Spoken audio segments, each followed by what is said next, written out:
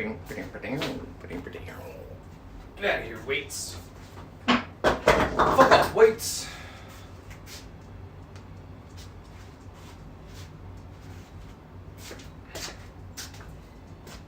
What up, Lucinda? First to the chat. I feel like... What do I feel like? No, it needs to be higher. And then this.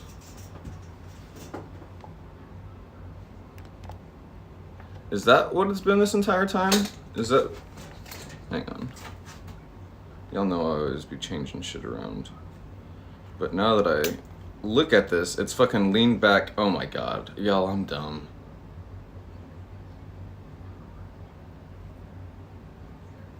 I just realized this wasn't...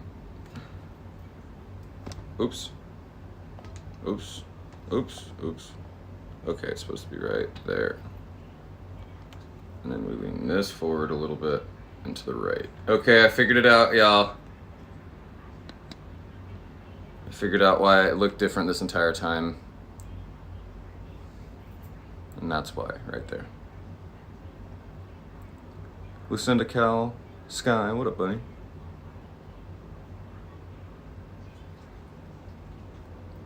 This looks like how it used to, right? The fucking actual ring light was leaned back.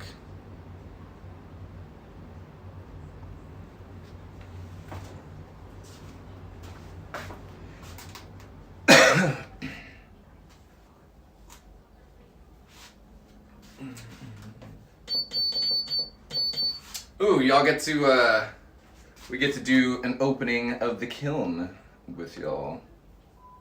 What up, Michael? Real time pulling out the pieces with me. Here's Lexi's reimagined. Oh, I thought Lexi was in here right now. I thought I just saw their name. But here's Lexi's reimagined butterfly. Since the other one cracked. Same butterfly though. And it stands up perfect. Nice. Cool. What else we got in here?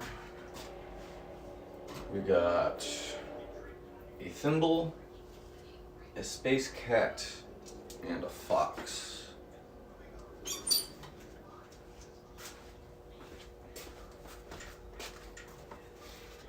You like the flower? We got space cat.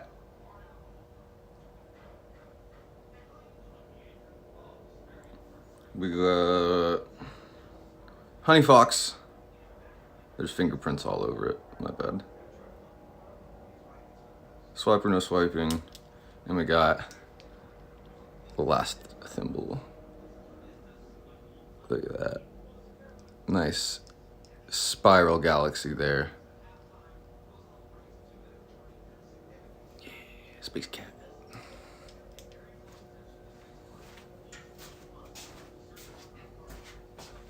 Space cat, going into space and being a cat. There's actually we actually never finished the David Koresh Waco incident last night because there was 4 parts to it. I really like how this lady puts all this stuff together. Nice to unwind after a long week of telling people. Oh, Lexi, did you see those? Your car insurance. Did you see your butterfly? It's a natural. One sec, I'll show you again if you didn't see it. Liberty, liberty, liberty, Let me pull liberty. up the right video. Refresh your home with the help of Living Spaces Grand Prairie. You didn't? Located at the George Bush Turnpike. So because upgrade with our in-stock collections. the one for the last one cracked, I redid it. Only at Living Spaces and But added Living Spaces. a little flower. Hello everybody and welcome back to my channel. So this is the first video in our cult series this month. Yeah. And today and in the following videos we are going to be talking about David Koresh and the Branch Davidians. Now this was a tough one. I didn't really know what I was getting into. I didn't know how much I was biting Part off. one, When I part started the two. research, We watched. We need part 4, which is the hello actual everybody and welcome back to the my actual channel. day This is part... of the fire and the big raid. Hello on the everybody complex. and welcome back to my channel. Today This is... You like it? Good, good, Hello good, everybody good. and welcome back to my channel. This is part 4 and the final part in this Waco cult series, and I would say the most important part. Here we'll discuss everything that happened at the end, certain themes Also, that yes, seem to run I throughout, trimmed the and facial the hair. implications that ripple out. If y'all aren't on, or if you didn't see on Discord, I got scouted by a modeling agency, and they want me to submit to their agency. And I asked if I should tame the beard first, and they said submit how you think best represents you. And so we're keeping this. And it's actually perfect right now since I trimmed it. Do y'all see how you can see my jaw underneath it? And it looks holographic, like the most of the facial hair is superimposed over the other facial hair. That's what I've been trying to go for this entire time. Is kind of like a computer generated look to it. And they said, yep, submit however you feel. And we're gonna do it like this. Because I thought this was too long for a sec, but the more I look at it, honestly, it kind of makes me look more ethnic, which is what they're looking for right now.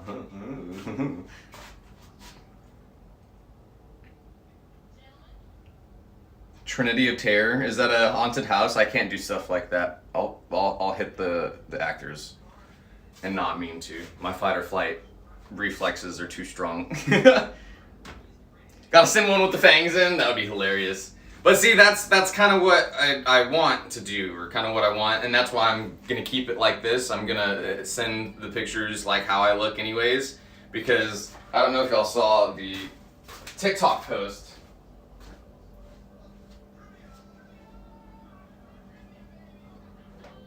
But this is from the last time I got headshots taken. And I get it. I know I look... Oh, the Black Veil Bride tour. Oh, nice. Oh, no shit. Third leg. That's fucking awesome. I have a third leg. Yeah, this is me... When was this? I don't know when this was taken. Probably 5 years ago? About 5 years ago? This isn't me. Like, yeah, if you're gonna pay me money, to do this, that's one thing. Like, if this is what the character or the ad campaign or whatever it is calls for, and you're paying me money to do it, sure. But I'm not looking like that at all times, just to potentially get cast in something or to potentially get signed to a campaign or something. No. I'll look like this, and if you want to pay me to change the look, that's different. Fabio, right? Like Jesus. That like as commercial as you can be is what this is. And what I'm going for now is like highlighting the commercial aspects of the stuff, obviously the fucking facial hair and the jawline and all that, while still obviously having the wild and crazy. And so in my mind, I'm picturing runway people, runway stuff, and like, can you imagine one of the crazy designers getting a hold of me and being like, we're gonna dye this specifically to match the one outfit we're gonna put you in. And I'd just be like, that's fucking perfect, awesome, cool. And then you can cut it off after if you want even, but you're gonna pay me, right?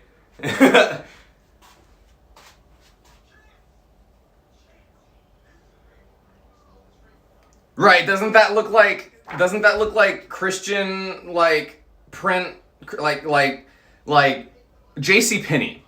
That looks like, and that's what we were going for. Is they were like, yeah, you have commercial good looks, we need to highlight the commercial good looks. But that's too cookie cutter. Like, you can tell I have commercial good looks while I still look like this. And right now, this is what people want. The runway models and all the different ad campaigns and the different stuff you see going on right now are people with looks, not just good looking people. It's people with looks that look good weird, or look good in the crazy stuff that people are doing now. The gap tooth is coming back, big noses are coming back, very blunt bangs and sharp features. So let's fucking get it. Let's do that.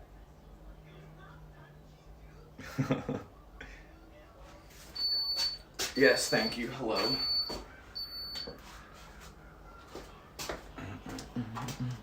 Why do I feel like this needs to be further this way? Whatever.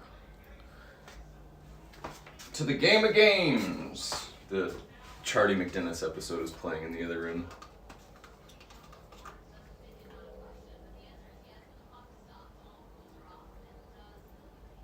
Do it now, Lucinda, before we start getting the this going. If we start this now while you're still laying down, it'll lock you in even more. But if you start doing the things and then we play it, then you'll have background story for what you're doing. Yeah, that's what I posted on. That was from five years ago. Before. No, that was even sooner than that. That was when I first moved. No, I take that back. That was a while ago. That was a while ago. Trying to think, the last time I went, I don't remember. Honestly, now that I think about it, I think I've had 2 sets of headshots taken, and that was the first one. So that was 5, 6, 7 years ago, maybe. No, this was the most recent. So this was like 4 years ago. I shapeshift. I look different every year.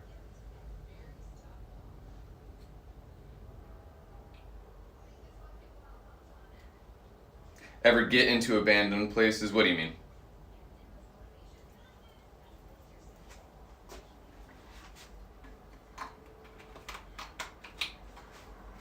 Oh, like we had mentioned, maybe watching abandoned exploration videos. We got onto David Koresh, the Waco incident.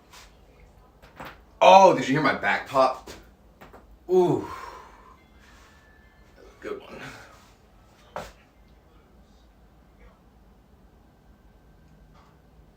All right.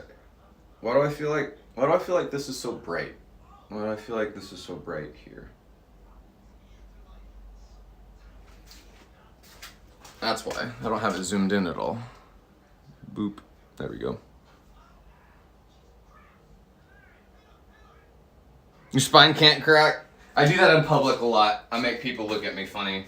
Because I've trained myself to just do it like that. I just go, ha, ha, and my spine goes, bleh.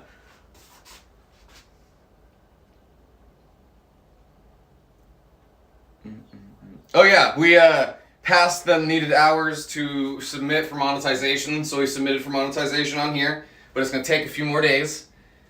If I had known that your Google account needs a fucking verified ID on it to be able to go any further, I would have done that a while ago, but of course they don't tell you that that's something that you need.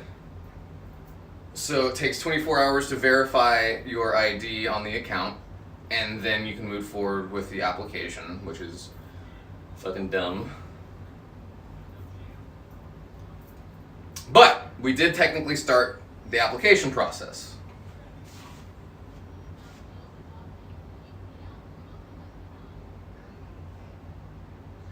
They being Google, yeah. Outwards. It's been Google this entire time. Word from our sponsor, and our sponsor for today's video is Ana Luisa Jewelry. Now, if you've seen all of the other parts of the series, every single time I've been wearing an Ana Luisa piece, I believe the first time I was wearing the Zadig necklace, which was the little golden honeycomb. If you've been following me for a while, you know I've been wanting that necklace forever, and I have on this neck. I feel bad skipping through their sponsored content, but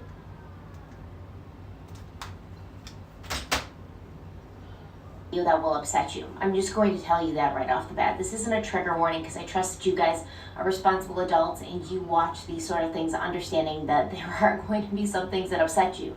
While I was researching it, while I was writing my notes, while I was reading about it, it upset me. But as always, I will be as respectful and sensitive as possible. Again, this is the David Koresh Waco incident. Without going into grotesque detail. According to a If they ever do document go released into too much by the detail, United I skip it, States don't worry. Justice Department, in the We're not wake of doing the gore Mount Carmel videos. tragedy, the FBI's strategy had been to secure the surrender and arrest all adult occupants of This the is the day compound, of. while providing We've the already maximum seen everything that possible led up to security this. for the children located within the compound. However, they weren't certain whether David Koresh actually believed his own message or whether he was exploiting his control over the Branch Davidians. What up, Arctic? Myself, I've always wondered if Arctic, he was here, almost let me show you using your these people pendants. as a human shield. Maybe he did want still to need to drive make the one more, FBI but in these turned out to really a good. war with him to fulfill his prophecy. Or maybe he didn't really think that they would do anything to him while the children remained inside. Oh, she did. He could I use skipped this over the to part where she figure actually out says the what different he things that wanted go on with next. it. Even though Koresh believed in the law, It's, allegedly, She pretty much just was said, familiar with if the you've law watched that all the way up to David this point, surrendered. which this is part 4. This is part 4 and each one has been an hour long. She pretty much said, if you've watched up to this point, you should know what's going on in these videos. So we're going to do a pretty general trigger warning and you know what's coming next. So if you don't know what's coming next, it's got a little bit of everything. Grooming, infanticide, murder, obviously, abuse, little bit of it all. So, and again, at any point, if you feel uncomfortable, obviously you can either mute it yourself, obviously, or you can ask if we can put something else on or fast forward through any graphic parts. Like I said, we're not going to sit here and listen to any of the actual autopsy reports or anything like that. That's not what she does, and that's not the intent for this channel either. We're not a gore channel by any means. I fast forwarded through a part yesterday where they were talking about the different types of grooming. It's like, yeah, well, we don't need. I get it. I don't need all the details. But yes, we have one more pendant to make for Arctic. Then we have the dabber set, the pumpkin with removable vine dabber.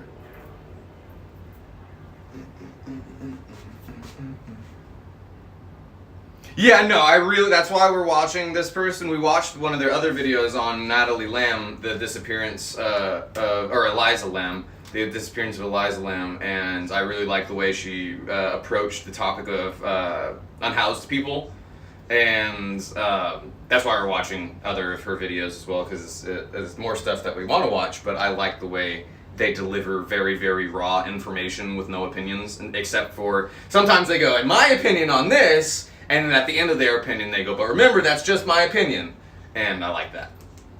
They don't try to persuade or dissuade or do anything except for present the raw information that there is, and I appreciate that. He'd be arrested for the murder of the 4 ATF agents who died on February 28th. And the FBI negotiators had been on the phone with him for 51 days, trying to 51 convince him days, that Jesus. the FBI was not going to be his instrument to fulfill this prophecy. The FBI wasn't going to be a part of proving to his people, his followers, that he was who he said he was. And they brought in all of these religious and psychological experts in order to help them do this. But Koresh would change his religious framework as he went.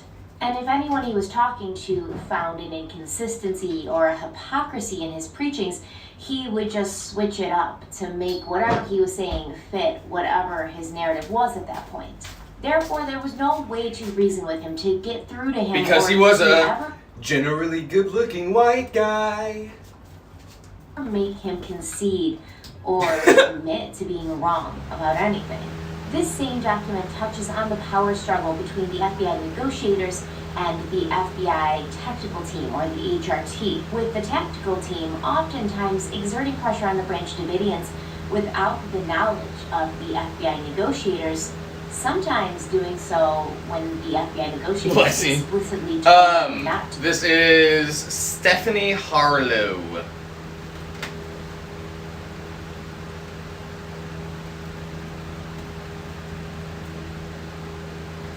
What do you mean, Jay? Do you mean just kind of the devoid of empathy?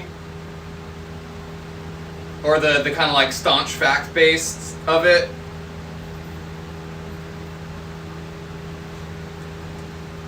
Because I can see that at times as well, but also not necessarily devoid of empathy, that's the wrong way to put it. but she approaches it from both sides of the situation while not rationalizing either side, but being like, look, this is where these people are coming from. Yeah. I get it for sure. But and a lot of that has to do with, I think, the fact that a lot of the people are more concerned or are more enthralled with the cult leader than the cultists. Right? I think that's a pretty general consensus we can come to, that for the most part, most people are more interested in the actual leader than the people, as unfortunate as that is. So a lot more detail goes into the cult leader, and unfortunately a lot of times that ends up kind of not trying to, but sounding like they're glorifying it, which they often are like, look, we're not trying to rationalize this by any means. Like that, like when they were talking about the child marriage at the very beginning of this segment or the series as well. They were like, look, again, we have to, every five minutes talking about this, we have to interject. We're not defending this. This is just what they believe in a legal sense. It's also legal. Here's the different ways it's legal. Not that we agree with this, but we have to present the information and how all of this led up to what we're dealing with. So yeah, it's interesting, and it's unfortunate that you have to do that. You'd obviously much rather be like, well, this piece of shit groomed all the, yeah, you know what I mean. I do like the way they present the information. They're like, look, this is the only reason this is what's allowed to happen, because these things are still legal and this and that. And does sound like there is a lack of empathy because they're describing the way it was legal, but I think the tone of the way they were doing it was in a conviction tone, in a not a condescending, but and this was the only reason this was allowed to happen, pretty much, like, because this is still even fucking legal, and we have to talk about it being legal.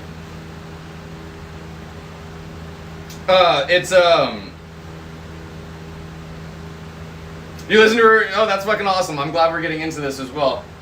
But yeah, unfortunately, in some topics, you kind of have to try to remove the human aspect of it, especially when dealing with inhumane happenings like this.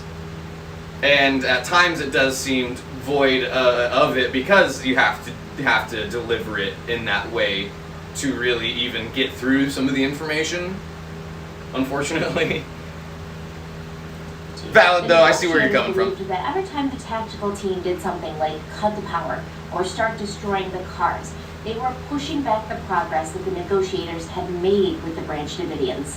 The trust that the negotiators had. So the consensus so far in these videos is that the ATF and pretty much everybody just fumbled the bag. That they very easily could have dealt with this situation, but one, tried making it a publicity stunt for the ATF to look good, and two, just a complete glaring example of the holy ineptitude of the system at hand, because everyone was trying to do stuff, from FBI, local sheriff, ATF. They were all trying to interject and do these things, and everyone in Waco was pretty much like, why the fuck didn't y'all just grab this guy at the local bar before doing all of this? 2 months of a standoff and all of this, when y'all literally could have just grabbed him at the local bar, like, at the very beginning. It's interesting. And this show of force on... And they just kept digging their heels in too, because they didn't want to admit it was a publicity stunt, and didn't realize how well David Koresh was armed in this place, and how well he was ready to stick out however long it needed to. Agents on the tactical team was really frowned on by the negotiators. It was the negotiators' belief that because these... That's autism tone as well. FBI agents, I feel like my tone doesn't change a lot Branch Davidians when I'm delivering information, at least. Had any power at all. It's What up, Amanda? We see a glaring problem in the FBI's handling of the situation with David Koresh and the Branch Davidians, almost as bad, if not worse, than the ATFs. Yeah. The negotiators were there for a reason, and they should have been able to do their job without roadblocks being placed in front of them. And then bulldozing their fucking cars. By people who were supposed to be on their same team.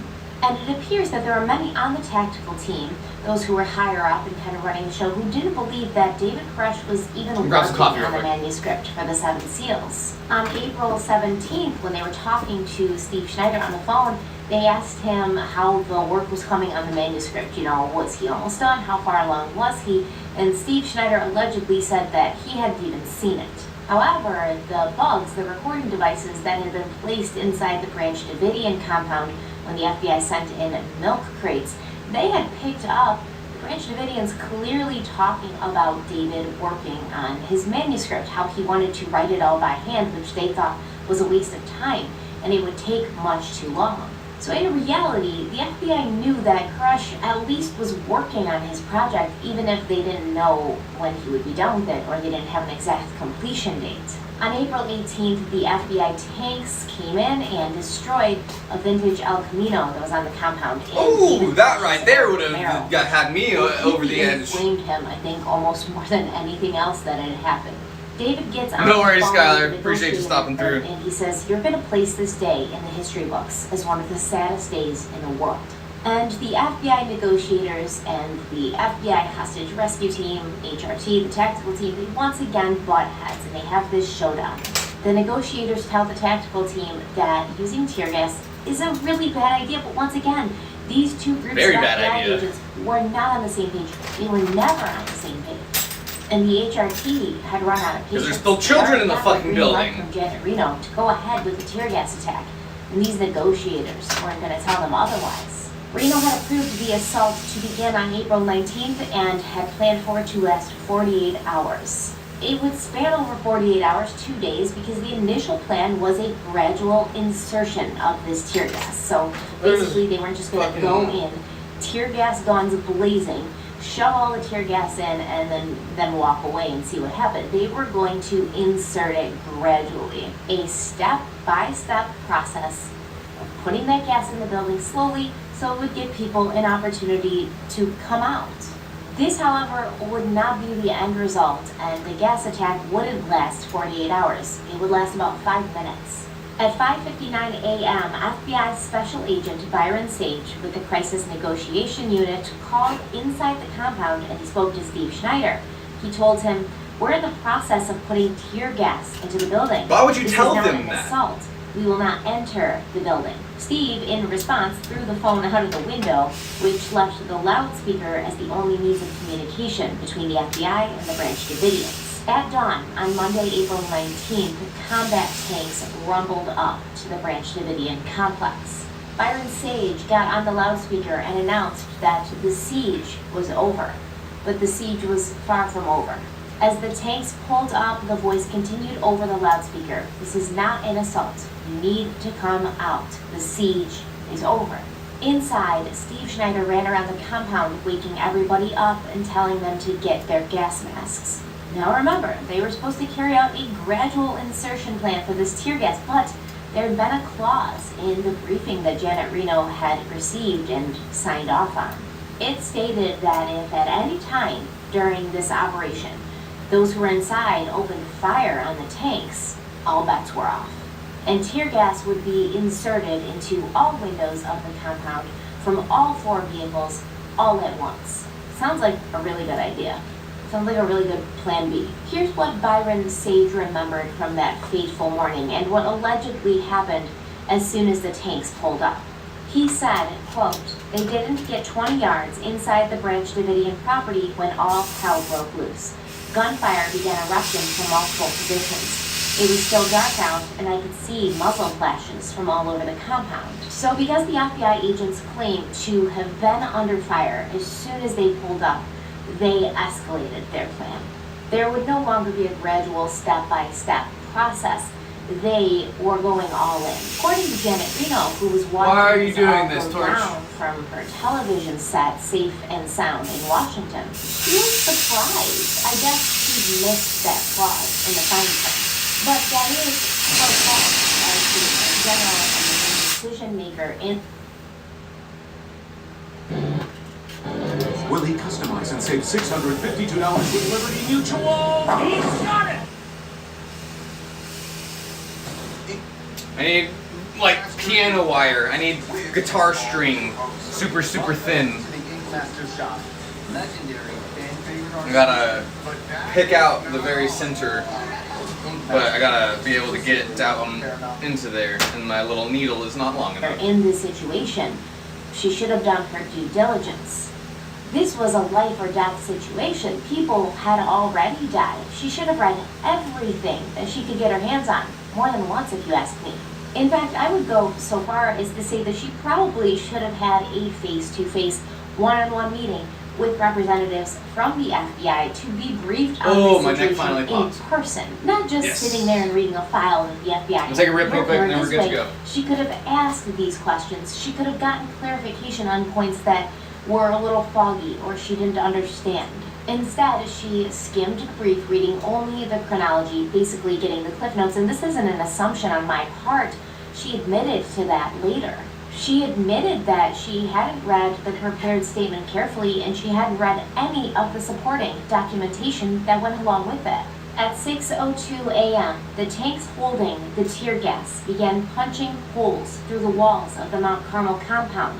A rush of fresh air into the building would only last a millisecond, followed by CS gas, more commonly known as tear gas. CS isn't actually a gas at all. It's a white crystalline substance that's turned into a fine mist using generators that were built into the tanks. This substance is toxic, but not usually lethal, and it causes irritation to the mucous membranes in the eyes, mouth, nose, and lungs. Those in the vicinity will begin experiencing symptoms within 20 to 60 seconds after its introduction. Pepper balls. It's very fast acting. Hurt as well. They will begin crying, coughing, sneezing. They'll have the ones they have in the paintball guns now. Stinging in their eyes, and they may even encounter temporary blindness. As I said, it's typically not lethal. But if a person does have respiratory issues such as asthma, it or if can they're be. pregnant, Skin exposure to CS can or if result you're in a burns, child, irritation, or allergic reactions, which may require medical attention. Allergic reaction. And although this kind of chemical has often been used in war times and for riot control, pepper balls, manufacturers of the ones that they're CS shooting warned against out of using the indoors. yeah, they're little balls of tear gas, pretty much. But CS gas, it's not flammable. It hits you, However, obviously, there's a hurts like difference fucking between crazy, but CS then gas, you've the got delivery that the FBI a is patch using, of and tear gas on you military now. grade That's just tear going, gas, which are specialized gas grenades. These canisters have advantages in an assault because they disperse the gas more quickly and they heat up to the point where they can't. Ain't you heard of no Geneva Convention? However, they are flammable, and later, after the compound caught fire, the FBI would deny unequivocally using these canisters. Yeah, because Remember they that keep Mount Carmel burning, was locked up tight. It had become and if a they're up fortress against for a the wall or British something, they're Canadians. gonna set the wall on They had fire. blocked off all of the windows and doors, which would prevent anybody from sneaking in under the cover of darkness. But during the tear gas assault, it kind of also prevented them from getting out. And although the tanks had punched these huge holes in the wall, these huge holes were being blocked by even bigger tanks that were spraying a toxic gas into the building. Right, The like what are you supposed to do? caused Do you absolute try to get out? chaos They're gonna inside shoot the you. building. They brought down the staircase that connected the first story to the second story, and they pushed debris over the trap door that led out of the compound and into the school bus that the Davidians had meant to be a shelter in case something like this happened. Now, there has been talk and questions in That the was future, done not intentionally? our future, but their future. So our past, their future. There was Where's it? questions I'm looking for a after little the fact piece. about whether the FBI had used their tanks to purposely push debris over that just trap door, had it. preventing anybody from getting into the shelter. There's no proof of that. What we do know is that the trap door that led from inside the compound to the outside, Yeah, same. to then get into the Because school bus, tear was gas blocked lasts a while because of the too. tanks. At approximately 12:07, the compound broke out in fire. Pepper balls at 3 fucking hurt separate locations. when they hit, Undoubtedly, and they hurt this is the biggest afterward, question too. that still lingers after the fact. How did these fires start? It's important because Mount Carmel would very quickly turn into a fiery death trap that very few people would be able to escape from. So who was at fault? And we'll discuss this in detail in a moment, but Clive Doyle, who was one of the 9 Branch Davidian survivors who made it out of the compound that day, remembers that when the fire started to spread, he and some others headed for a hole in the wall that the tanks had made in the chapel. And there was this moment where they turned to each other and asked, if we escape through this hole, Are we just going to be shot down? This was the mindset inside Mount Carmel that day. They knew it was no longer safe inside their home, but was it any safer outside, where FBI agents stood armed with guns? To the people who were being gassed and seemingly set ablaze by these men outside, the very same men they were supposed to surrender to, it may not have seemed like a safer alternative. Right. They made their way towards that hole in the wall anyways, because it was their only option at this point. But as they walked away, they could hear screams coming from the building behind them. The screams of people who had been in different areas of the building more centrally located when the tanks arrived and when all hell broke loose. And Clyde Doyle would walk with a heavy heart, knowing that most likely there was no escape route for these people. After the fires started, almost as if on cue, the wind picked up. Byron Sage claims that he was still pleading with Koresh, telling him, you know, you say you're a savior, you say you're a messiah, save these No way, people, Jay. bring them out. Was it here." legitimately like But a many suspect that he Don't- may don't let have them been have a talking to gun. himself at this Don't- point. don't- Because David Koresh Lucky it was fucking that. pepper Eventually, spray. Byron turned off his loudspeaker and watched as the building blazed. He said he was holding his breath. He said he kept waiting and hoping to see a group of children emerge from the building. But no children emerged. No miracle happened, and there was nothing that he could do. It was in God's hands now. What was it like for these people inside their home, a place that they had previously felt like Oh, was the safest did I place just in fix the it? world? Now intent on killing them, coming down did not, around did them, I? fire, Did and poisonous gas everywhere they turned. For those who didn't make it out, we obviously Nope, can I did never not. really know. Needs to But be from a those who little managed to walk out higher. alive, we have an idea of what the experience might have been like. Here's Marjorie Thomas's account of that day. The whole entire building felt warm. all There at we once. go. And then after the warmth, a thick black I fixed smoke, it. and the place became dark. I could hear, but I couldn't see anything. I could hear people moving and screaming, and I was still sitting down while this was happening. Then the voices faded. I was making my way out of the building because it began to get Oh, I very didn't. hot, and my Hang on, clothes calm were down. starting to melt on me. Before the fire had started, Sheila Martin was sitting on the step. I couldn't see her. I was making my way towards getting her, and I trod on her. Alright, said, I think "I'm I sorry," figured out what my and next her voice project was very is. faint. I couldn't see her, and I could feel the flames. I saw a little bit of light. I made my way towards the light, and in doing so, I could see where I was. I know my next One of the project. bedrooms. The window was missing. I looked out. I don't like heights, but I thought, I stay inside and die, or I jump out of the window. So I put my hands over my head, and I leapt out of the window. There weren't enough gas masks for everyone. need a and some Y of the gas splitter. masks weren't Lexi, you wanna functioning buy me properly, something and else? obviously the gas masks were much too big for the smaller children. I need a Y So in splitter. order to try and protect the kids and those who For didn't my- have functioning gas masks as much as they could Yeah, I need from a Y the splitter. flames and the CS gas and the smoke, the Branch Davidians took rags and dipped That's them in exactly water what and it put is. them over the faces and I thought I faces did it. of their children. I These know what it children is, though. of all So ages. the problem is, I have the first stage and the second stage on the same pressure, on the same amount of oxygen, and this one, the second stage, obviously needs way more oxygen than the first stage, but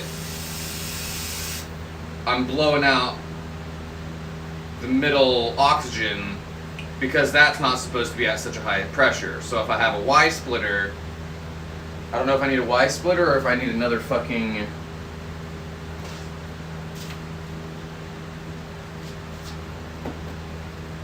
I need to figure out what that's called. I might need both. Probably both just to be safe. The valve, it's a little mini valve that you put on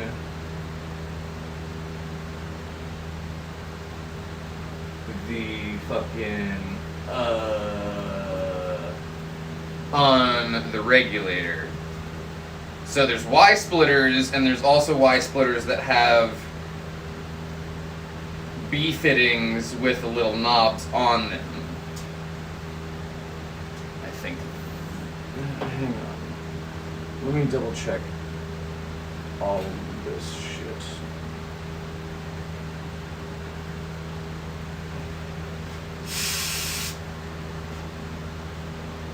No, it's not the regulator. It attaches to the regulator. The regulator attaches not to the side of the gas, but to the tube side, and it has a split like this, and it's got knobs on the top.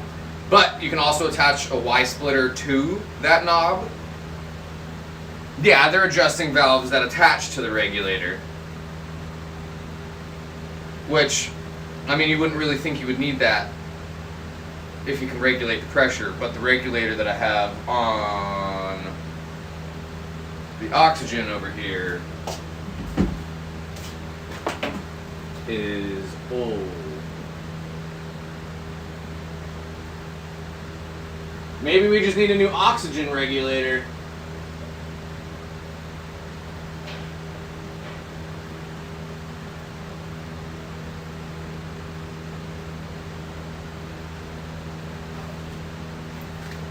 Who knows?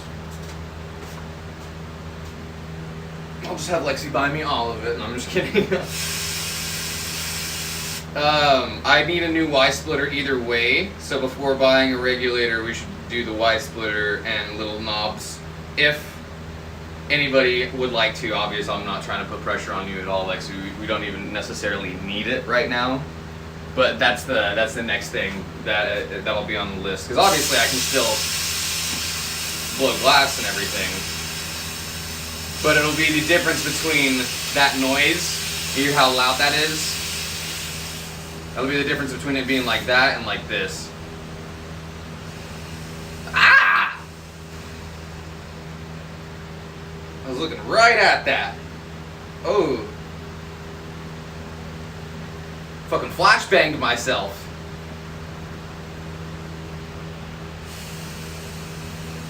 Somebody clip that.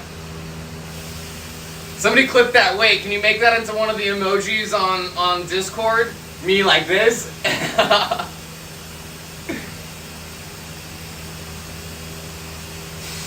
See, and this is what I'm saying. It's perfect. It's literally perfect when both of these are on. When both of these are on, it's doing exactly what I want. But then as soon as I turn this off,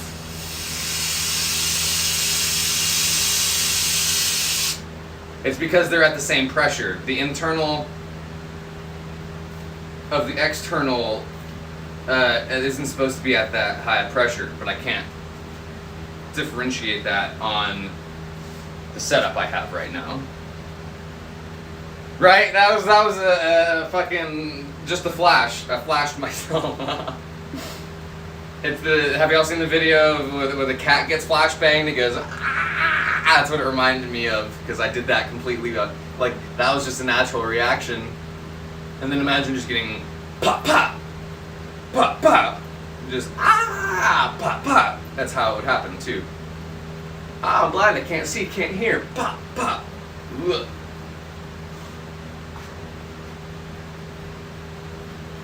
Okay, let's get back to it. Some so young they weren't even able to walk or talk yet. Right, And there's as literal this babies in this place that they're agents tear outside gassing. on the loudspeaker were taunting David Crush. David, you've had your 15 minutes of fame. Vernon is finished. He is not your messiah. The fire was so hot, so hungry, it spread to the flagpole, which was 25 yards away. Goddamn. In a very apocalyptic way, the fire made its way up the flagpole and set the Branch Davidian flag ablaze. To add insult to injury, No even way. before the flames that were devouring the compound had been extinguished, a new flag had been The hoisted up the ATF pole. flag? Dude, that's some ATF like... flag. Some might say an action such as this resulted from retribution. Yeah, that's A like silent gang signal shit. That, yes, the Davidians may That's have like not blood for blood, investigated dude. yet a few months ago. But now we can see who the victor is when all is said and done. So what happened to all of the people that we've gotten to know and spent time with the past few weeks? David Koresh, Wayne Martin, Steve and Judy Schneider, Rachel Jones, Michelle Jones, David Jones, the children. I went through every single autopsy report. Some of the names were familiar to me. I'd read about them, I'd learned about them. How much is the I'd Y seen splitter? pictures of them. Not much. I'll check I into read it. accounts Brass from is a little families about expensive, who but it they shouldn't be were. more than like 30, I think. Some of the names I was reading for the first time, I guess that their stories hadn't been as interesting, so they've been lost to history. Some of the There's a little autopsy piece of reports silver. didn't even have names. They were Stuck right unidentified. there. Maybe because they'd only found parts of them, maybe because their bodies were charred beyond recognition, but some of these people have been unidentified all this time. We still don't know who they were. But I felt like I knew them all, even if I didn't understand them all. Many of the Branch Davidians, like Sherry Jewell, Wayne Martin, and Michelle Jones, died from smoke inhalation, carbon monoxide poisoning, thermal burns, and severe charring. And these are terms that are used on the autopsy reports. Some of them, like Rachel Jones and Judy Schneider, died from what is listed as suffocation due to overlay and burial in a structural collapse. Still others, like Koresh and his right-hand man, Steve, perished from gunshot wounds. And the children of Mount Carmel, what happened to them? The bodies of 26 children were pulled out of the collapsed compound days later when the rubble had finally cooled enough for it to be touched and sifted through. Many of these children have never been identified, such as an 11-year-old who died from blunt force Arctic, trauma like just now you did? and a 2-year-old Oh, who no, died for a from few smoke hours, okay. inhalation. I was In gonna some say. cases, only parts Yeah, were don't do found, that. a skull or a leg, which told the medical examiner that it had Technically, you can get thrown in jail for doing it outside as well. If it hits anybody, you're technically legally not supposed to use pepper spray in public. Because if it hits anybody else, they can sue the shit out of you. to a child. Nicole and Peter Gemp had been twins from Australia who had joined the Branch Davidians together. Peter had died on February 28th during the ATF raid, and Nicole perished on Yeah, good things to know. along with her 2 small children, who were both fathered by So, David Koresh. self-defense, yes, obviously. You can make the argument in court that it was necessary to protect yourself by using this pepper spray. But if you're in a public place and it hits other people, you're under fucking like Geneva Convention shit, and it's like a fucking like capital felony. If it causes damage, or if like somebody crashes a car, or if it causes a riot or a stampede, yeah, you are liable for all of it. All of it. Police aren't though. That's what the police union is for, don't you know? And your tax dollars. Qualified immunity, qualified immunity. If you want to circumvent the Geneva Convention, just become a cop, right? Ain't you heard of no Geneva Convention? Her son Dayland was 3, and his little sister Paige was just 1. Nicole, their mother, died from a They only gunshot took some wound of the to her head. kids. She was 7 months pregnant. They only let like half And the little kids Dylan, out just 3 years before old, the raid. was stabbed in the chest. It's unclear what happened to 1-year-old Paige. However, sifting through the autopsy reports and looking through those autopsy reports of the children who are unidentified, it's more than likely she was shot in the head as well. Based on her age and where her mother and brother were found in the compound, there was a skull. Cherries. Cherry ice cream. That box. Bugs for mommy. And a little something for me. Not yet, Lexi. So so what I need to do with that, I'll actually need to either cut the tubing or retrofit it. And before cutting it, I've learned from my past mistakes. Before doing that, I need to line it all up and make sure that I want to cut it. So last time I just went for it and was like, ooh, I probably should have cut it in a different spot. So now I am approaching that how I should have with the other one. Right now I'm using it as a laptop holder, so either way it's getting used. But yes, it is here. The brass on it is absolutely beautiful. I'm probably going to swap out the propane line. The propane line has a leak. That's where I was smelling that propane from earlier. Remember, I kept being like, damn, I smell propane.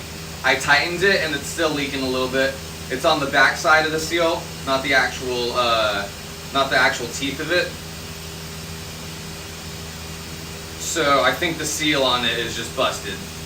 It's old. That tubing, I've had it for as long as I've had this torch, which is 6 years. I got this torch about 2 years into my glass blowing career because I was like, nah, the one that I have now is not cutting it by any means. Kind of want to silver fume this again, I think. Let me look at it. I'm making the marble for Arctic set right now. Ooh, no, just kidding. I thought I baked off a good amount of the silver fume.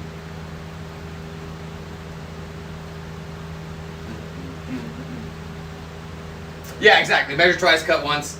I was so excited whenever I was first setting this up that I did not do that. I just went for it, but that's why I'm thinking twice and looking over here now is like, well, I'm glad I hadn't done it yet, because if I need a new regulator or a new Y splitter with the knobbies, then it's a good thing I haven't undone that tubing yet, because it's a very easy thing to just get a B2B fitting or quick connect versus cutting the tubing. And then, oop, I left my propane on. And then we circumvent cutting the line at all, which is a good thing for all around. It's always better to have fittings than cutting line and using clamps, you know? Oh, this is perfect. And then I'm gonna gather clear on this end because I want it half space, half clear.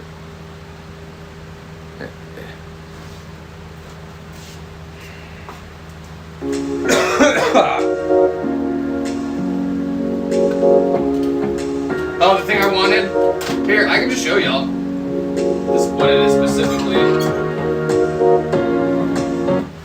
So An infant female found hang on. that Oops. tells us this is most likely what. So, excuse my wire management. Look at that. Isn't it wild? Look at this setup. It's okay. It's okay. So, this is a Y splitter, and this is what's causing me the problem. Oh, the sticker I wanted? Oh, I thought you meant you posted this. Okay, but either way, I'll show y'all what I'm explaining. So this is the little knobs that I'm talking about. Boop, boop, boop, boop.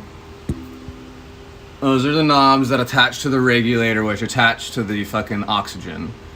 But it's on the Y splitter that attaches to my torch is only on one, and then this is for whatchamacallit, my hand torch. So I just solved it in my mind right now. We don't even need anything new. What I'm gonna do, the larger oxygen is gonna go to the dedicated, and then this and this are gonna go to the one, and then it's gonna be on a lower. Yep. Oh, bad knees already. Thank y'all for helping me think out loud about that. What's the blue? What do you mean? That machine that's in there? That's one of the oxygen concentrators. That blue machine. But yeah, that's perfect. That's exactly what we're gonna do. And I'm gonna do it right now. Might as well put this back on. Happened to Paige, and this was most likely done to them by their mother. Yeah, that's the newest oxygen machine that I have. Aisha grew up as 17-year-old mother to 1-year-old Startle Summers, and with another child on the way, died of carbon monoxide poisoning, smoke inhalation, and a gunshot wound to the head. 1-year-old Startle also died with her mother from Leave the smoke inhalation, lines. and I've often wondered if maybe Startle succumbed first. Being young, only 1-year-old, small lungs, not able to handle the amount of smoke, and Aisha possibly couldn't imagine going on one more moment. I'm glad. See, I need to do that more often. I need to do that more often So she and took run her through own that life, stuff with hoping y'all. that she would be reunited with her daughter in the heavenly kingdom that David Koresh had promised them all. Mayana Schneider, the tiny little daughter of Judy Schneider and David Koresh, died with her mother, suffocating due to the building collapse. Michelle Jones, her 4-year-old daughter Serenity C. Jones, and her Why wasn't this a bigger granddaughter, deal, dude? Like, I'm amazed we didn't learn about this in school. Well, not really, because obviously it's like, those are white people. Those are white children. This wasn't Jonestown. This wasn't in Guyana with a predominantly people of color. Those are white children. do you see what I'm saying? Obviously, it's not. I'm not the one. I'm obviously the one saying it, but I'm highlighting the fact that obviously on the news it's like, oh, this white child, like John Benet Ramsey style stuff. That's still a big deal. What the fuck? This is 26 of them. What?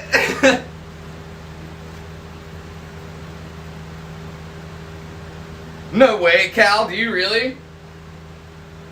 The Millennium M10, or here, I'll show you. Even if it's just the inner workings of these, because those are. Here, look. I'll show you all the funny, the retrofitted one. Pardon my mess again. I'm all over the place lately, but this is the inner workings of one. I took it apart, like y'all know me to do, but this is the one I fixed, and is working again. So even if they're old, I can get them working again. But if they're these, yes, I will buy and/or trade for them. Grateful Dead. Johnny. Especially because, oh, fucking elbow. Oh, right on the edge of the laptop. Yeah, those are white people. And white children's. Usually that's a bigger deal when white lives are taken like that, right? But because it was by the government, I guess not. Cal, for sure let me know on those, especially if you have pictures. Oh, hi, Marley.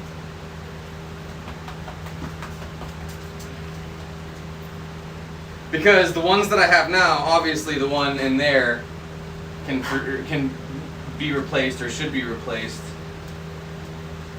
And then the other one I have is super old and can be replaced as well. But either way, I can also resell those for you if you would like, and those are very expensive right now, especially after the COVID oxygen shortage. Those are sold out everywhere.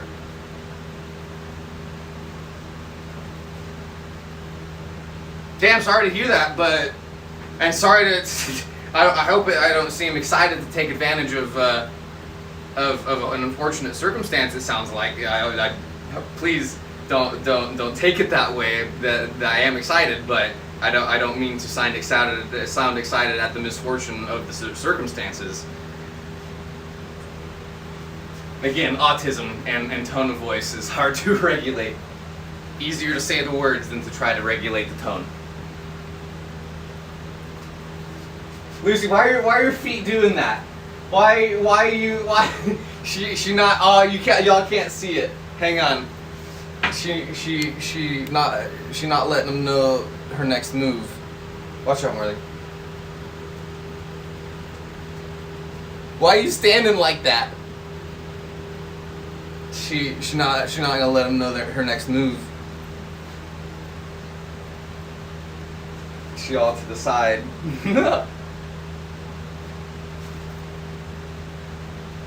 Yeah, why you pigeon-toed to the other side?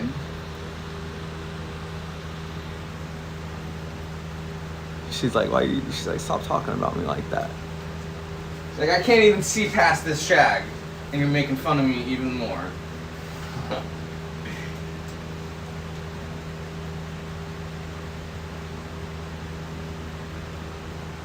Yeah, that's true, because they were a cult. And they could have just labeled them terrorists. But you show video like this, and you're like, this is white American lives. This is white children. Like,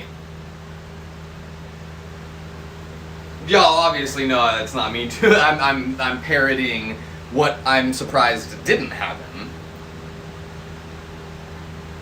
What else, guy? Who, Lucy? Come on, come here. They want to see. They want to see you. Come up here. Yes, yes. Falcor of the never-ending story. You get a 1 and a 2 and a boot for you.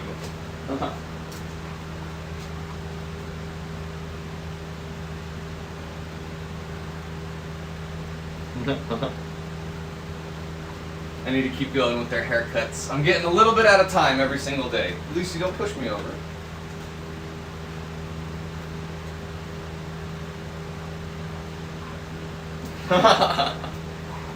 Watch out, Stinky.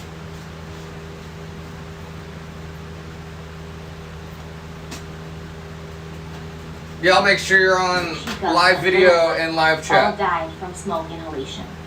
Rachel and her 3 children, Cyrus, who was 8, Star, who was 6, and Bobby Lane, who was 2, all died with their mother, either from suffocation due to the building crashing down around them, or from smoke inhalation.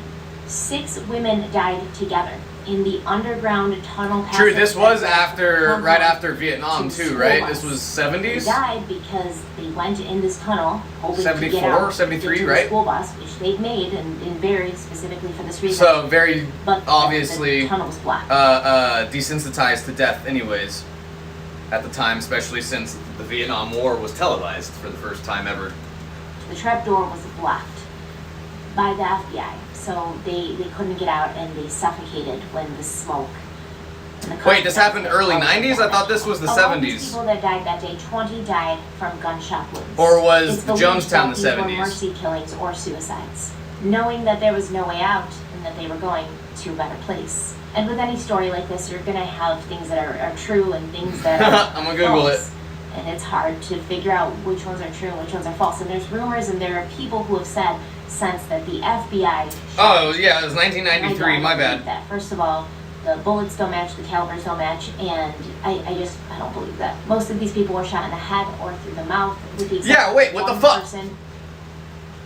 This was at the height of those white babies. Wasn't this right around the time of John Benet Ramsey?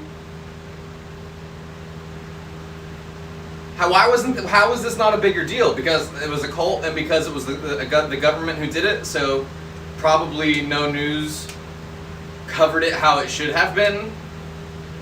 This terrorist cult, all I knew of it was the terrorist cult that barricaded themselves in until they had to get raided. I didn't know it was all this. I mean, that's kind of pretty much what it was, but I didn't know all the details were like this. That's wild. Who was shot in the back. That may have been from enemy fire, but otherwise I think that it was just... It was Okay, let me do the British oxygen real quick. Figuring I got that this squirreled was hard what there. it had all been leading up to, Yeah, and yeah. this was what was supposed to happen. So they just didn't want their children or themselves or their friends to suffer, because dying in a fire is incredibly painful. David Koresh and Steve Schneider were found together in the same room next to each other, and it's believed that Steve Schneider shot David Koresh and then turned the gun on himself. Most likely it was something that they had agreed on prior to the fact. But I have always wondered if Steve Schneider was just so over it by now, so over the fact that David Koresh was the one who had gotten them in this position. He was just and gonna he had throw the stolen body his out the wife, window. got her pregnant. If at the end he was You've been just fucking my like, wife. all right, well, I've been wanting to do this for 9 years. 9 people walked out of Mount Carmel alive that day. 4 had severe burns, including Marjorie Thomas, who had jumped out of the second floor window while she was on fire. Still, once she was out, she had to be restrained by the agents from going back inside the compound as she tried to return to the burning building. She was admitted to the hospital and she suffered from burns to 50% of her body. Clive Doyle also made it out, as did David Thibodeau, Jamie Castillo, and an older woman named Ruth Riddle. When these people walked out of the building, they were immediately apprehended by FBI agents. They were told to lay on their stomachs and their hands were tied behind them with zip ties. And as these people who were laying on their stomachs on the ground, after having been a witness to, in some cases, their family and friends dying, they looked up and they saw that burning building, and I imagine what they saw was very apocalyptic in many ways to them. Fire, So they smoke, and pretty much got a proven legion of right. armed David men Koresh walked in their as eyes. The building burned with their family and friends inside. According to David Thibodeau, the survivors were then driven to a checkpoint where they were handed over to the ATF. The ATF then brought them to another checkpoint where they brought them inside of a tent and had them stripped down.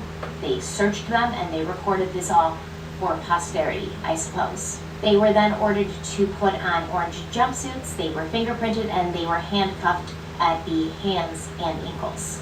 They were then handed over to the Texas Rangers for questioning.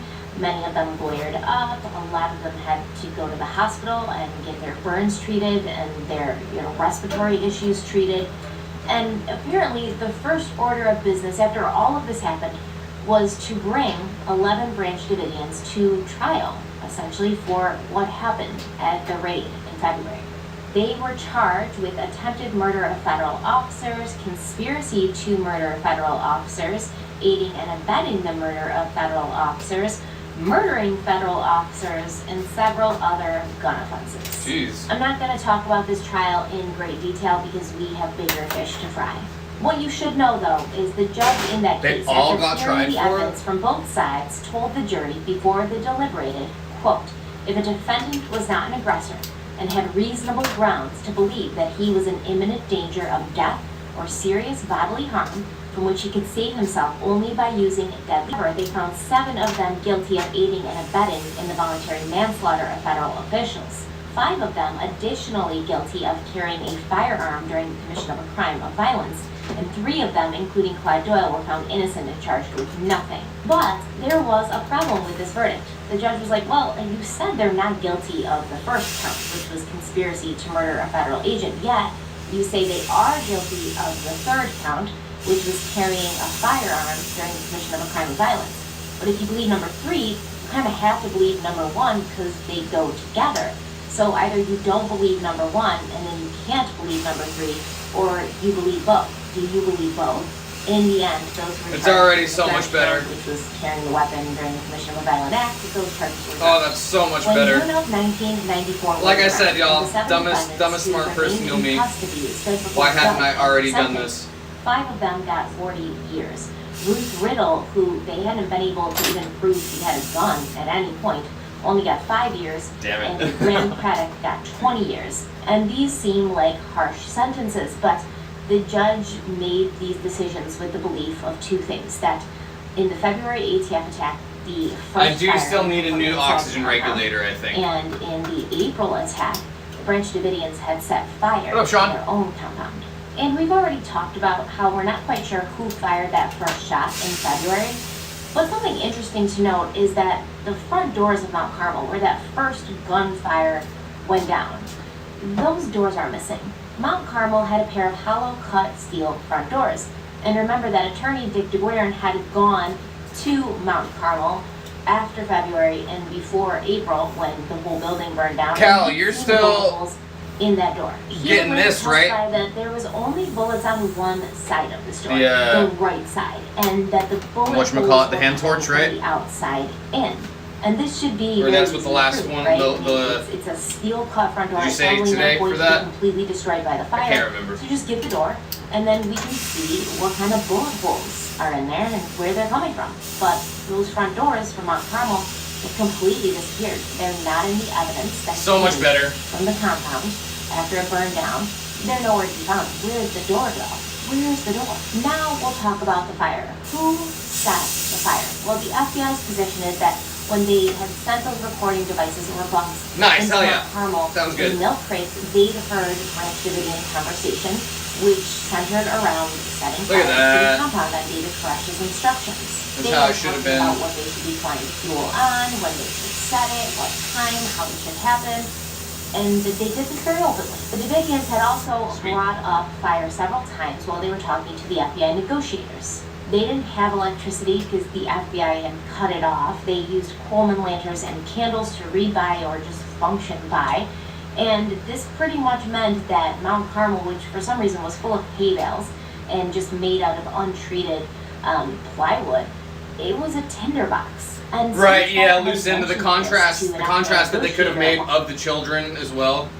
So she's an all-American beauty child who was taken from her mother, and yeah, and yours exactly like you said, and these are the children of a cult terrorist.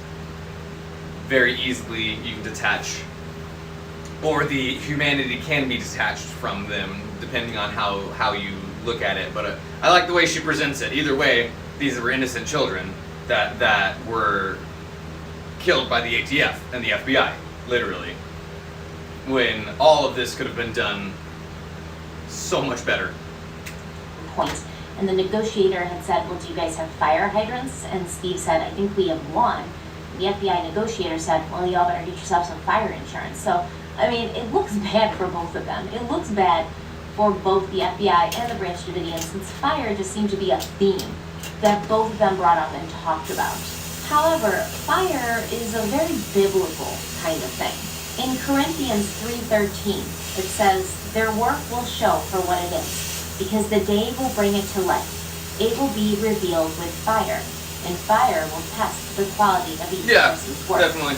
Exodus 19:18 says, Mount Sinai was covered with smoke because the Lord descended Well, I on believe it in practical fire. magic, And which is Luke just 3:16 science says, I baptize and you with witchcraft. water, but one who is more powerful than I will Also come. known as The alchemy. straps of whose sandals I am not worthy to untie. He Yeah, will definitely, baptize Lucinda, you makes with sense. The Holy Spirit and fire. So in my humble opinion, knowing what I know, knowing that the fire broke out in the 3 separate places on the compound, or in the compound, almost simultaneously, knowing that there was audio of the Davidians discussing setting fire to the compound before the fire started, I believe that yes, the Branch Davidians did start these 3 fires. However, as with everything else in this story, in this case, in life, it's not that simple. After the fire, Janet Reno was praised in the media and by her peers and colleagues. On April 19th, Reno took full responsibility for the decision to ultimately use tear gas at Mount Carmel. She said that the FBI had considered every possible option and had moved carefully, but she hadn't anticipated that an attempt to ratchet up the pressure on the compound would provoke such a violent response from the Branch Davidians. FBI Director William Sessions also threw his opinion in, claiming that the Bureau had misjudged Koresh, that they'd been told by him and their team of psychologists and experts that he did not intend for a mass suicide. He stated, yes, it is a surprise that he would do it. Janet Reno and Jeff Sessions' willingness to take responsibility for what happened that day apparently wowed everyone. They were just so impressed that these people were able to admit they had made mistakes. But did they really take responsibility? For Janet Reno to say that she had no idea that an effort to ratchet up pressure inside Mount Carmel would cause the Davidians to fight back, it's ridiculous. She's either lying or she didn't do her due diligence before giving the green light to gas an entire community of men, women, and children. Multiple times, the FBI negotiators told the FBI HRT team that continuing to push these people would result in nothing good. The religious experts of the Bureau had brought in also said much of the same. They said that if Koresh truly believed he was Jesus Christ, this was really going to end in only one way, a martyr's death. As soon as they set their sights on David Koresh, the ATF and all the people who lived in Waco, including local law enforcement, knew that the Branch Davidians were, in a way, a doomsday cult, a doomsday group. They called their home Ranch Apocalypse. What about any of the...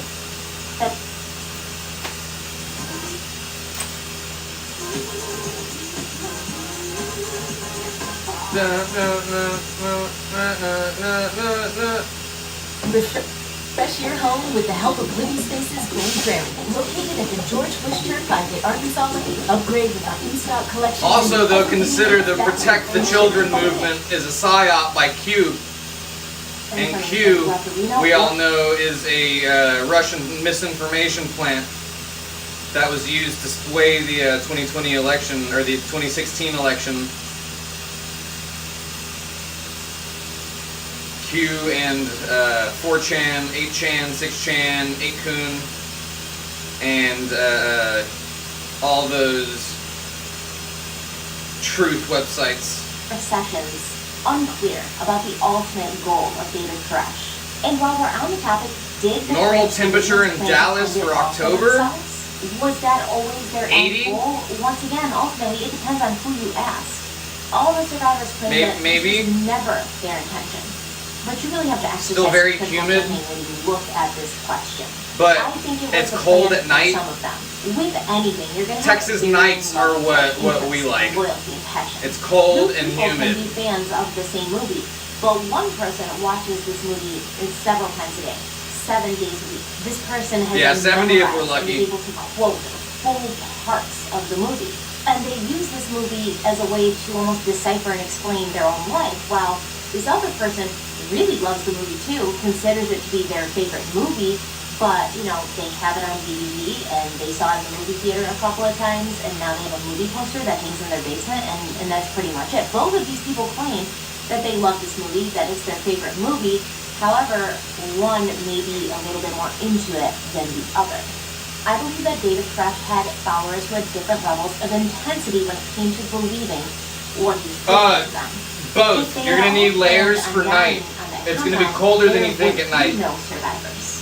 No one would have tried to get out, and just the fact that there were so many people who did, the 9 survivors, of course, and then of course the 6 women who were clearly trying to get out of the compound and go to the shelter. They didn't want to die. They were trying to get out, but they were suffocated in the tunnel because the FBI blocked the trap door. To me, this is evidence that not all the Branch Davidians were on the same page, just like not all the FBI were on the same page. So yes, maybe some of them, the ride or die David Koresh followers, they were probably on board for it and they were fine with it. But there was so many more who didn't want to die. That wasn't their end goal. That wasn't their plan.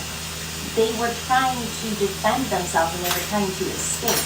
And to me, that doesn't show that the entire compound of people wanted to just die, because if they had wanted Yeah, that, they would that have just sat there and wet let the grass FBI at come, night and they would have is what set does the it. compound on fire and just sat there And then peacefully while it first took them away. thing in the morning, all that turns into humidity again because it gets evaporated by the sun. So the days are very, very humid. Luckily, it's not too sticky because it's not 90, 100 degrees anymore, but it's an interesting cycle during our fall and our October times. The spooky times are very, very wet and humid, which it kind of adds to it. It adds a thickness to the air, you know, and it adds a smell to the air. Little decomposing leaves and wet dirt is a great summer smell, or great Halloween smell for me. They wouldn't have been running around screaming, using gas masks, you know, putting wet rags over their face, trying to escape. And I don't like how Janet Reno used her lack of understanding or knowledge as a justification for making a really stupid and dangerous mistake. I didn't know, or I wasn't informed enough is never a justification when it is your one job. Your one job. It's your one job to be ensure both that of you're those putting in the work things. and the research to know everything about the situation you're making a life or death decision on. She was a lawyer. She was a lawyer for many years. Does she not know how to thoroughly fact check something?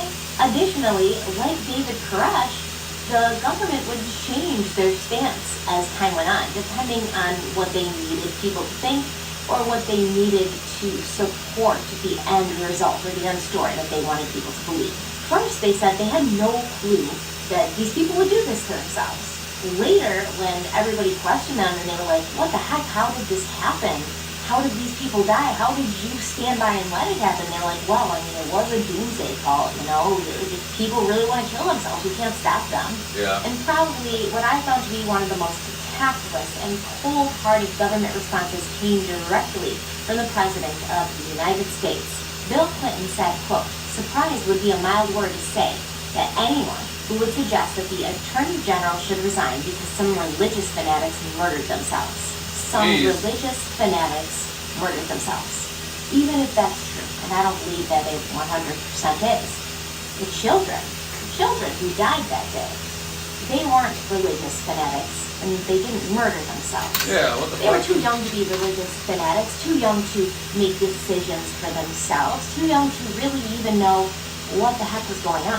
Clinton should never have said that, and of course, you know, right after, he was like, oh crap, that was kind of cold-hearted, that was kind of savage, and he tried backpedaling, and he was like, obviously, I feel really bad, but you know, when somebody says something like that, when their backs are to a wall, when they're being accused of something, which he and Janet Reno were both being accused of making a stupid decision, what they say when they're trying to defend themselves initially, it's usually what they actually feel and what they believe.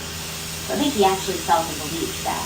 And when a person's first reaction is self-preservation, whether it be for the individual or the entity that the individual represents, we're losing our humanity and the ability to understand that not everything that happens in life is black and white. In fact, very little happens in life that is black and white.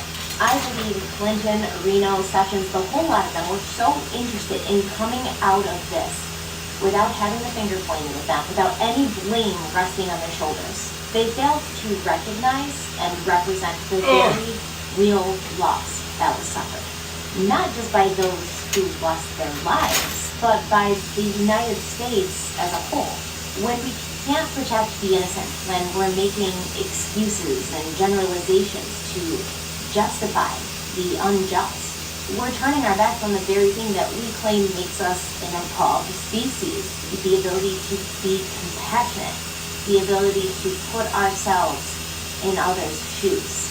And if the Branch Davidians were the ones that started the fire, the tactics the FBI used ensured that very few people would walk out alive, that everything would be destroyed, even in some cases, valuable evidence that might unequivocally point to huge, glaring mistakes on behalf of the ATF and the FBI. Allegedly, that's just my opinion. I think fire destroys things, and if there was evidence in the fire, it would have been destroyed. That's just, a supposition. I'm not accusing anyone of anything. I never do. It was the FBI's position that they had not used any chemicals that were flammable or could have potentially acted as an accelerant to the fire. And the CS gas that they had sprayed into the compound in that form, it wasn't flammable. This was their story, and they were sticking to it, and for 6 years that was the generally wide-held belief. Why would they lie?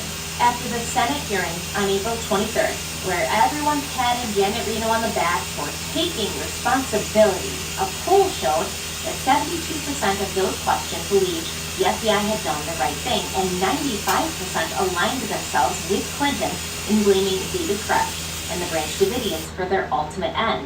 ATF Director Stephen Higgins also spoke at the Senate hearing, and his assertions that he believed his agency had done nothing wrong infuriated people because he wasn't being a good boy and taking responsibility, not like Janet Reno. So Senator Phil Gramm of Texas at the hearing of the meeting, he said, "I don't think we're going to achieve anything by pointing fingers here, trying to figure out who's responsible for what. Why will we not achieve anything? What are you talking about? Isn't that what happens when almost 100 people are dead? You have to figure out who's to blame. You have to figure out who did it. And what we achieve in doing so is called justice. If multiple people, not even 100 people, or almost 100 people, like 15 people, multiple people were killed by some unknown assailant, would Senator Phil Gramm be like, you know what, what's the point in trying to figure out who did this? What's that going to achieve? We don't need to point fingers. No. The only reason all of these politicians are sitting around being like, well, she took responsibility. It's done. We don't have to figure out exactly what happened or exactly the hand torch is acting up. They're doing that is because it involves one of their own. And honestly, Republican, Democrat, whoever you are, at the end of the day, you're still going to support a fellow politician. It's just kind of like that boys club thing. And I do feel, let me offshoot quickly, I feel like Janet Reno came into the Attorney General position being the first female Attorney General of all time, in history. And she felt that need to keep up with that boys club. She felt like she couldn't show sympathy or empathy for the Branch Davidians, and she couldn't be soft or go easy on them, because then you'd have all these people saying, well, we can't have a woman be an Attorney General because she doesn't know how to handle, problems like this, and she goes soft. So I think that she was like, yeah. I was about to say, I don't have my water in here, do I? Yes, because all of these men were around her, probably mansplaining to her, like, okay, honey, you have to understand, these people bad, us good. Good people take out bad people. okay, honey, do you understand what I'm saying? You know, she probably had all these men around her, like, being respectful, but really subtly downplaying her ability to make intelligent decisions when it comes to things like this. That's the way I picture it. Just my opinion, don't come for me. Or do. I think I'm right. Would have loved to have been a fly on her wall. If it had been anybody else, every single one of these politicians would have been calling for a full hearing, but since the interrogation light was focused on the government, they were all like, well, what are we pointing fingers? We don't need to point fingers. But within a very short time, Janet Reno and Bill Clinton's popularity with the American public would steadily decline. And there's a lot of reasons for this, and I don't want this video to be too long, so I won't go into those now, but you can look it up. There's a lot of reasons why Reno and Clinton kind of fell out of favor with the U.S. public. And this question of Waco would come back up. Were they both aware of what was happening at all times with the Branch Davidian rage and the Branch Davidian situation? Was this an honest mistake, or did it come from negligence? In August of 1995, a White House panel was put together to once again examine Clinton's role in what happened at Waco. Republican representative from New Hampshire, Bill Zeliff, had caused quite a stir when he alleged that President Clinton had been closely involved in planning the raid that ended the siege in April of 1993. Now, after Zeliff was criticized by some of his colleagues for making these comments in what they said was an irresponsible way with the intention of causing problems, he responded that he had evidence not only of White House involvement, but of their efforts after to cover it up. He said, quote, "If everyone really wants, and all have said they do, the chips to fall where they may, then let's not begin bellyaching when they start to fall. Thank you." It was logical to think that since Janet Reno had only been an attorney general for 38 days when she had to make that decision about Waco, that Bill Clinton, the president, who had appointed her and said he believed in her, he probably would have been. There we go. Look at that play. This is a very big decision. She was literally on the job for 38 days. One would assume that a responsible president would most likely give his attorney general some advice or some counsel, or, you know, at least be with her during this first big crisis that was happening. And not just because she was a woman, obviously. I don't believe that a woman needs any more help than a man, but because she was new to the job. But after 7 hours of testimony, Janet Reno seemed to have everybody convinced that this decision had been 100% solely hers without any interference or help from Bill Clinton. She didn't take 100% of the responsibility, of course. Don't get it twisted and think that she was like, this is completely 100% my fault. She's never done that, really. But she didn't blame him at all. She made it very clear and was very insistent that he had nothing to do with it. In my opinion, I think she took a bullet for him. I think that she was probably grateful. I mean, this is your boss, you know, you're not going to testify against your boss in court. I think she was grateful to him for the opportunity she'd gotten to be Attorney General. She wasn't really qualified for it. And you know, she was probably hoping for his support in future endeavors. So no, she's not going to throw the President of the United States under the bus. She's going to have his back and know that he's going to take care of her later, because I scratch your back, you scratch mine. That's how politics works, unfortunately. And Janet Reno never wavered from her statements until the day she died. So it may be true. But either way, doesn't that still make Bill Clinton negligent in one way or the other?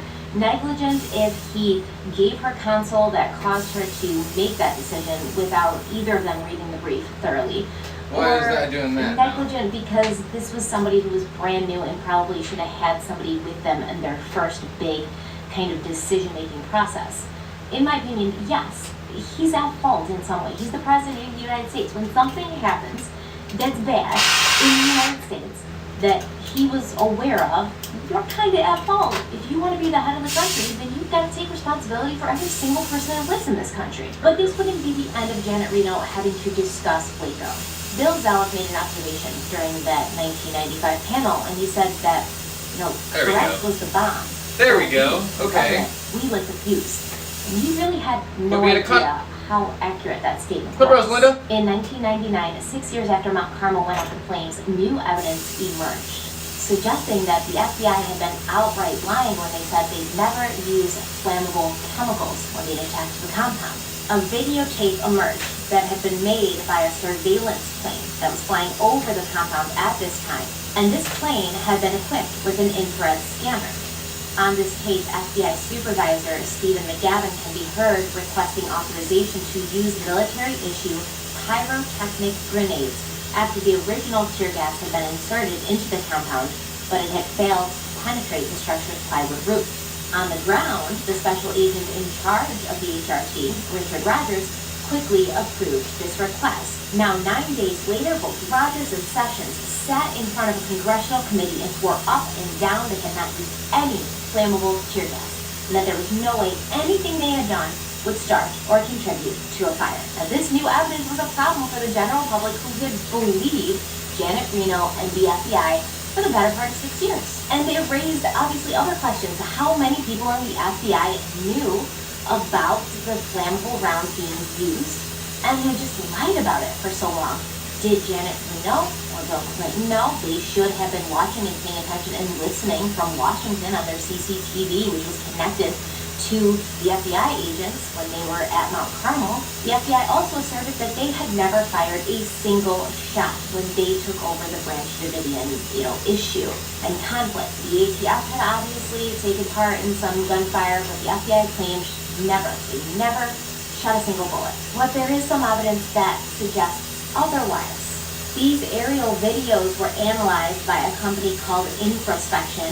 This company had spotted blips of light on the video that they determined to be gunfire. But 60 Minutes, who hired the company, decided they were not going to run with the story at that time. Wow. So a man named Carlos Gigliotti took over the analysis of the video, and in 1999, he was retained by the House Government Reform Committee, who had decided, after this new information of deceit on behalf of the FBI, to look into Waco again. Now, Carlos claimed that even though the FBI said they were giving out first-generation VHS tapes for labs to analyze, they had been giving out digitized versions, copies. This is important as a first generation can't be altered, changed, or edited, because then it wouldn't be a first generation anymore, but a subsequent copy obviously can be. Digitizing files also compresses the images and loses fine detail. So Carlos made a fuss, and because he had the House Government Reform Committee in his corner, he was able to get the original tape, and then he was able to decipher figures from the FBI on that tape shooting guns as they rushed the compound. So just before the trial, on April 28, 2000, Carlos Gigliotti was found dead in his lab. What? He hadn't been seen in weeks. He hadn't been reported missing. What? He was a fairly healthy 42-year-old man. There was no signs of a break-in or struggle. It was clean. Too clean, almost. Along with preparing a report for the House committee, Carlos had also been advising lawyers who were representing the families of the dead Branch Davidians in a multi-million-dollar lawsuit against the government. On March 28th, he wrote a letter to the lead attorney on the case in which he said, quote, "I still have a lot of shocking evidence to show you."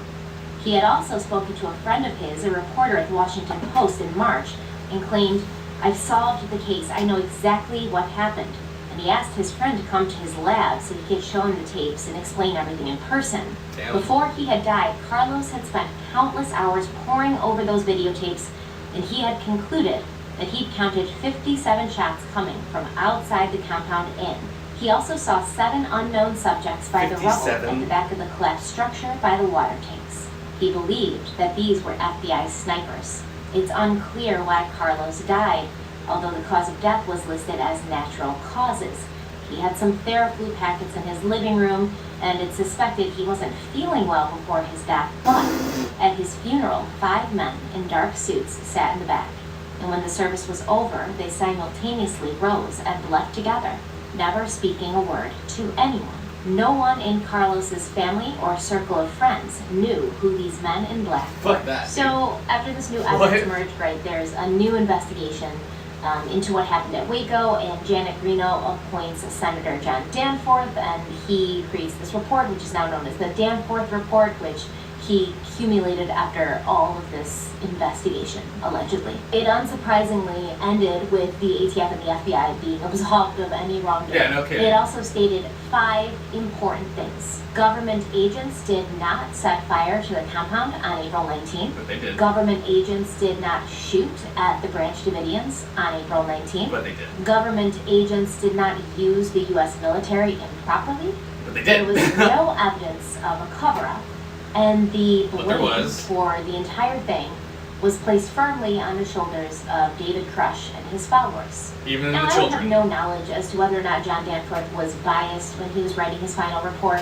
I do know that he had proof that the FBI lied about using pyrotechnic rounds that day. They blatantly lied about it, and to me, that's a cover-up. Yeah. But he theorized that this wasn't a cover-up. He said basically they weren't really knowledgeable about Lots how of these information rounds does worked or what they heavy did, the what they eyes, caused. that's for sure. So it was more like they were just stupid. I'm sorry, it's ridiculous. So basically, he would rather have you think that the FBI is just a whole bunch of bumbling idiots who don't know how to use military weapons, rather than you think anything nefarious happened, that you might think that the FBI would lie to you, or that they aren't telling the truth all the time. He'd rather you think they were idiots than liars, I guess. It's crazy to me. But then wouldn't that be negligence or even homicide, even if it was unintentional, if you used weapons against people Right. that you didn't know how they worked or you didn't know what they were going to do, and those people died? Doesn't that make you guilty of their deaths because something that you did resulted in their death? If I threw a grenade into somebody's house and it killed everybody in there, and then I was like, oh, well, grenades blow up? I had no idea. I had no What do you idea mean they the were from there. incendiary Or to go to gas Florida, grenades what the cause It's fires? bananas to me. It's bananas. Additionally, when the Texas Rangers went to Mount Carmel after April 19th, they found several shell casings from weapons that the FBI used. Now, when the Bureau was asked to explain themselves, the ATF came forward and said they'd used those kinds of weapons in the past, in February, when they'd been there attacking the Branch Davidians, and that's probably how they'd ended up there, but many still question where the metal door went. The front door that had been the location of the original shootout. The Texas Rangers combed through pounds and pounds of evidence, but that door, it just wasn't there. There's so much more we could talk about in relation to this story. The story of these people and the lives they lived, why this all happened, but we just don't have the time. I've taken enough of your time with the series as it is, but I do want to talk about certain events that followed, and how Waco and Ruby Ridge were dominoes in a line of events that had been set into motion. For Every the action, Oklahoma there is an bombing. equal and opposite Right? reaction. The ATF and the FBI may have thought they were doing what was right. They may have thought they were just eliminating a threat and that they were justified in This is doing how so. it connects to the You Oklahoma can't bombing. lie, though. It was a show of force. It was a message not only to the Branch Davidians Funny. or to the Weaver family, but to everyone in the country who may have held similar beliefs or considered doing similar things. We always win. We always conquer. And if you try to come up against us, your home will be left in a pile of smoking rubble. The only thing that will be left after is our flag. There you go, Sky. Gloriously overhead. I believe that they wanted people to be scared, to be warned, to stay in line or else. But that's not necessarily what happened, because the tragedy would ripple out and become the catalyst to more tragedy. In 1995, an ex-Army soldier and security guard named Timothy McVeigh parked a rented Ryder Yep. truck in front of the Alfred P. Murray Federal Building in downtown Oklahoma City. At 9:02 a.m., the truck exploded, reducing a third of the building to rubble. 168 people died that day, including 19 children. And it wasn't enough Initially, people were to pass the Patriot Act. And here comes 2001. not thinking Waco when this happened. They were thinking of another event that happened in February of 1993 when a truck bomb had terrorist been act. detonated below the North Tower of the World Trade Center in New York City. Yep. This Oh, terrorist you attack mean you didn't know there was 2 attacks on the World Trade Center, and the first one wasn't enough to put new regulations that the ATF wanted in place? And then the day before, the Pentagon just so happened to lose $7 trillion? Oh, yeah. had been planned with the intention of bringing the North Tower down into the South Tower and taking thousands of lives. Fortunately, the plan failed, but many were still injured and 6 people died. Obviously, the FBI was surprised Yeah, to the find first that the attack on the perpetrator World of the Trade Oklahoma Center. City bombing was an American citizen, an ex-soldier even, and it was hard to imagine what his motives could have been. Timothy McVeigh had an intense distrust for government in general, not just his. He avidly watched all over the world as countries mistreated their citizens and abused their power. Then Ruby Ridge happened, and he wondered if the United States was starting to do the same. If he had any questions in his mind, they were quickly answered when Waco happened. He became I finished the bunny Waco Arctic. after the ATF raid to stand with other supporters of the Second Amendment during the standoff to see what would happen next. He handed out flyers, and he sold pro-gun and anti-government bumper stickers. And when Mount Carmel went up in flames, Also, he knew he'd we're been working right on the all Marvel. along. And he warned those around him that any one of them could be next. If there was ever any doubts that Waco was the main catalyst for Timothy McVeigh's future actions, the date of his attack in Oklahoma City loudly puts them to rest. April 19, 1995, exactly First 2 day of the years Sabbath. after the Branch Davidians lost their lives. Was No, wait, McVeigh no. right or justified in his actions? Of course not. Was David Koresh right or justified in some of his actions? No. But two wrongs never make a right, and many people view the government as a parental unit almost. They watch and they monitor, and when those in their care make mistakes, they dole out punishment. But they should always have our best interests at heart. And they should always be focused on rehabilitation, giving people a chance to make mistakes and learn from them and come back better and stronger than ever. That, in the end, will make a stronger and better country. What were those people at Mount Carmel supposed to learn that day? That if you mess with the bull, you get the horns? And when will those in power begin to recognize that even though they are in power and they get away with a hell of a lot that other people wouldn't be getting away with, there's still consequences. Oklahoma City bombing was a consequence of what happened at Waco. And I'm sure the ATF and the FBI and Janet Reno and Sessions and Clinton, they didn't intend. Does child sponsorship work? See the real story at worldvision.org/Hope for Honduras.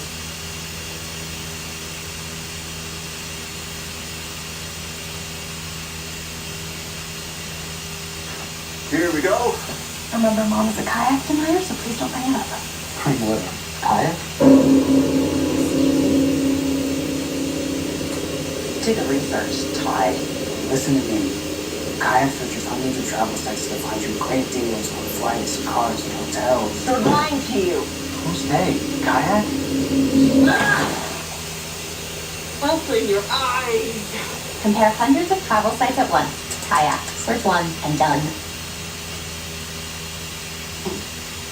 There's such a horrific thing to happen. But that's where being a good politician and being a good person comes in handy. The ability to think ahead. The ability to ask oneself, how is this thing that I'm doing now going to affect me, others in my area, my community, my world? Today on the land where the Branch Davidians once lived and prayed together, memorials stand to remember them. Some Davidians rebuilt a church and continue to worship there. And as always, the group is splintered, divided between certain beliefs that they do not share. A man named Charles Pace, who refers to himself as the teacher of righteousness and has been a part of the group since the days of Ben and Willis Roding, claims that he doesn't follow Koresh's twisted view of the Bible, but he and his group are still waiting for the end times. He told NPR, quote, "The United States has to fall in order for the one world order to be set up, especially if there's a war in the Middle East. That's when you're going to start seeing Branch Davidians scramble out, find out what the truth is and where they need to be." He took an old barn and rehabilitated it, and he turned it into a chapel where he gives sermons, mostly to empty chairs. In 2013, NPR reported that survivors Clyde Doyle and Sheila Martin, who lost their families in the fire, still worship every Saturday at Mount Carmel, and they're waiting for Koresh to be resurrected. The land doesn't belong to any one person, it belongs to the church. Therefore, anyone who claims to be a Branch Davidian can set up shop there, and they have. So Clyde Doyle set up his trailer there, and he would get sermons and everything out of it. And 300 yards away, you've got Charles. What up, James? Charles and Clyde, it seems like they get along okay. They don't really intermingle too much, but they're friendly. They're neighbors, pretty much. And even the former wife of George Rodin lived there for a while and tried to become the head of the church. In 1994, she made a public announcement that she was not going to let Koresh's faction take over the land the Branch Davidian complex, take over the religion essentially ever again. And she invited everybody who was a Branch Davidian to come there in October for a week-long celebration, and then they could choose for themselves who they wanted to lead them. The Romans really liked like challenging people to things. I just imagine it being kind of like a Hogwarts game where, you know, Hermione and Ron and Harry are battling against the Slytherins to do more magic with their wands. That's what I think of. But that's what she wanted. That's what she expected people to do. Clive Doyle and Emil Rodin went head to head, and they were both suing each other for the keys to the castle, but they were essentially told they had to share and coexist. Of course, with battling ideologies, they could not, and Rodin left in 2001, later being stopped for questioning at the site of the Oklahoma City bombing because she was driving a truck that was plastered with signs and bumper stickers that showed Mount Carmel in flames, accompanied by the words, Waco, Texas, and Oklahoma City are where the one world government shot itself in the foot. Law enforcement obviously pulled her over because they were afraid she was another terrorist, intending on causing more harm and more death, but she was eventually released. Now, Mount Carmel attracts dozens of tourists every year. They stroll around the property and they ponder what happened there. Glimpses of those who once lived there are everywhere on the 77-acre property, with only plaques to signify what used to stand. It now looks like a recent battlefield. Ron Goins, the caretaker at Mount Carmel, claims he lives with the ghosts of the Branch Davidians every day. He told TexasMonthly.com, I hear children laughing. Of course, I hear other things too, like dogs. I figure the dogs are real, but the children aren't. Walking the property, all of a sudden, I'm blanketed by a cold chill, as if I'm being watched or somebody's got a gun on me. I don't follow party-run politics. I like to be able to pick and choose from each side what I agree with and what I want to support. I'm also a realist, and I understand that if the government has secrets they would like to keep. And that's fine. It's fine with me, because I question everything. Therefore, I can never really be lied to because I don't believe anything until I've investigated it and proven it for myself. No, you don't have the ability to know, and then maybe you don't really even want to know. Ignorance suggests that you don't know, but you have the ability to know. It's not an insult, nor is it a constant state. It just means you're in the dark. But you don't need to be, not if you take things into your own hands. The question that remains, in my mind at least, is why did these people stay with David Koresh when they knew and saw things were going downhill? Our good friend, David Thibodeau, can possibly give us some insight into this. He says, quote, to me, these omens signified that events would definitely end badly, and soon. Oddly enough, I was exhilarated by that possibility.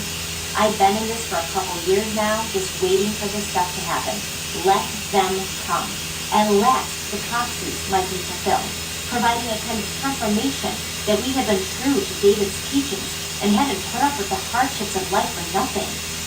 I was in a state of mind where I was hoping something, anything would happen. Despite my terror, I wanted to share their account of faith.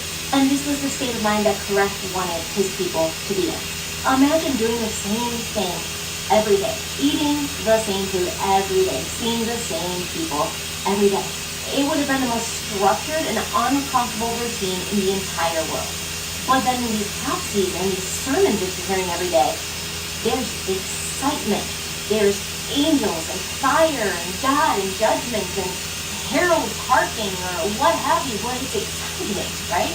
Way more exciting than anything you've done all day. Their senses were dull. During their day-to-day, they felt no anticipation, no joy, no excitement. They did nothing spontaneous, and some would say that all these things are what makes life worth living, right? The ability to see new things, go different places, meet new people. All these crazy, unexpected places that we sometimes find ourselves in our lives, they had none of that. What they had to look forward to was the end of the world. So it's no surprise that they would have been eager to see it come as soon as possible. For someone like David Thibodeau, who was not particularly religious, for him it was a loyalty to the people who had become his family, who'd shared his uncomfortable circumstances, and who he'd truly come to love. Sorry to hear that. We send no trauma dumping in chat, please. Picking apart every little mistake that the Branch Davidians or the UCAP and the FBI made. But let's try not to judge the Branch Davidians or the ATF, or the FBI too harshly. When the Davidians were inside that compound with the flames blazing around them, what did they tell their children? What would you have told your children? That everything was going to be okay, that God will protect them, that you love them? And when the wives of the ATF agents who lost their lives had to go home and tell their children what happened to their father, what did they tell their children? What would you have told your children? That their daddy loved them, that he's gone, but they'll be together again soon, that he was just doing his job. David Koresh was a bad man, period, and I don't think he's ever denied that. He proudly broadcasted his sinner status, and the French Davidians did have illegal automatic weapons. Do I think that they ever would have used them on the government if the government had come looking for a fight? Of course not, I definitely don't. Because Koresh wasn't telling his people that the forces of good were going to go looking for a fight with the forces of evil. He said the forces of good had to defend themselves against the possible attack from the forces of evil. But I do believe that the children needed to be removed from that place. It was no place for children inside that compound. I tried to look at this from both perspectives. I tried to see the mistakes and the humanity on both sides. I think I understand why everyone did what they did. And I don't think that the blame lies with any one person or any one group.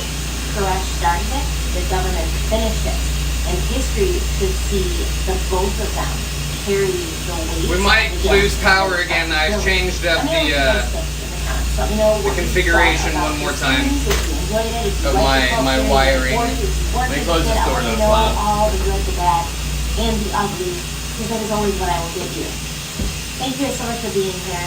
Stay kind and stay beautiful. Good videos.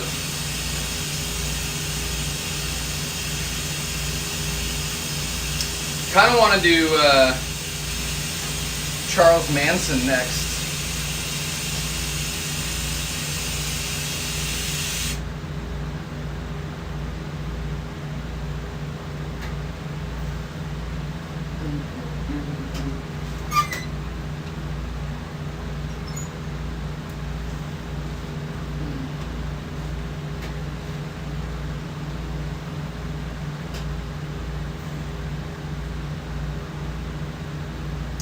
Actually, we'll do an interlude. Oh, look at that! No shit. Okay, never mind. We won't do an interlude. Might as well go right into the one we just talked about. Are you listening? Don't do that thing where you lick your paws. God, is that you? God? Hello everybody and welcome back to my channel. I'm really excited because today is a cults day and we are starting our next cults series. This one is a big one. Whoa, look at how big this nose hair is. For this cults installment, we're talking about Charles Manson and the Manson family. And the Manson family was most well known for the Sharon Tate murders.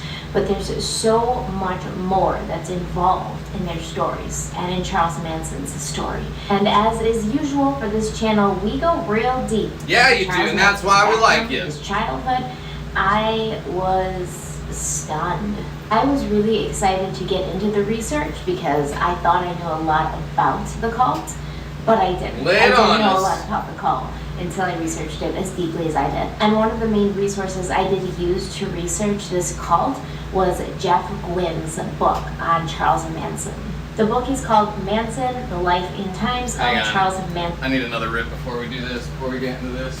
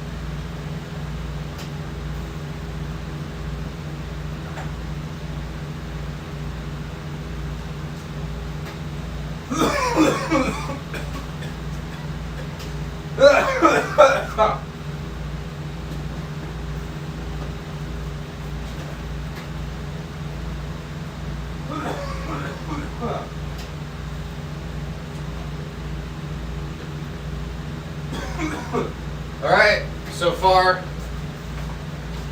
our new setup for our oxygen machine is going better. Or going good.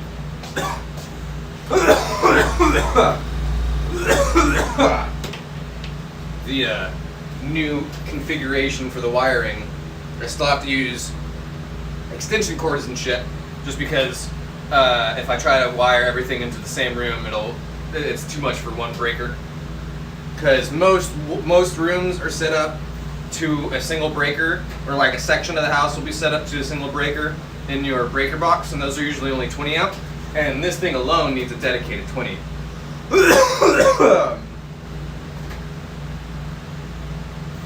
Yeah, so what I had mentioned before, if we're ever paused and you need to know if you're frozen, look at the fan. We also talked about getting the solar-powered dancing things. Those are still on the list, but if we have one of those right here, or like here, in this area, underneath the light, it would always be dancing, and that would be an even easier way to tell. Are those still on the wish list? I think those are on the Amazon wish list, and they are only like $15. You know, geez. I love Audible. Oh God, It's amazing. this is a Audible 7-part helps me series, so y'all. Much. So if you want to Buckle do up. a free trial of Audible, the link is always in the description box. It's an amazing service. I couldn't get half as much done as I do. I'm bad at though. I am okay with that. The author who wrote the book Jonestown, which is the same book that The master link, which is on Instagram, right? Or wait, hang on, I can post it in chat.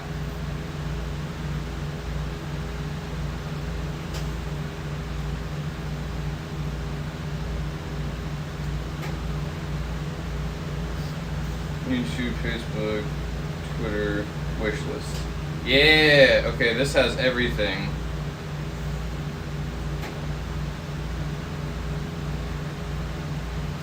This is the only link allowed. I'll add a payments tab for this too. Yeah, I should have it linked here. It should be linked on the actual channel as well. I need to put a payments tab on there and have all the payments links on there as well. But yeah, in the About tab on... What is poking me? Something's poking me. I need to keep stretching. I'm losing mobility because the muscles are getting bigger. Won't be able to reach the middle of my back eventually, so I won't be stretching.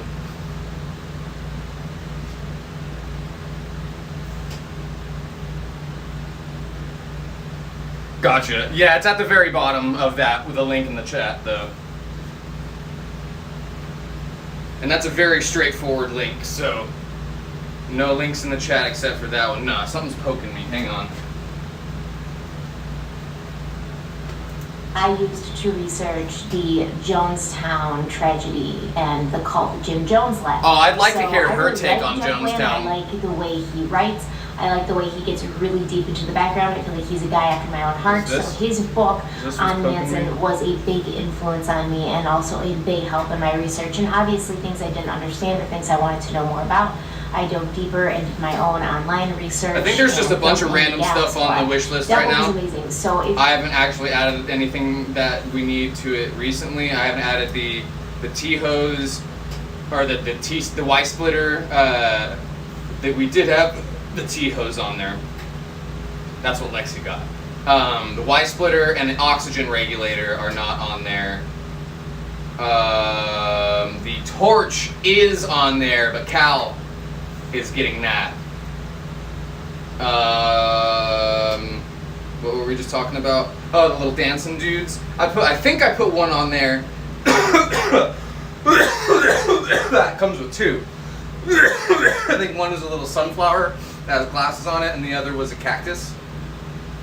I think it was either 15 or 17 or 25. I can't remember. If you're interested It was one of the in Charles Manson regular price and numbers. the Manson family, I highly suggest it. Before we get started, I wanted to show you my t-shirt choice for today.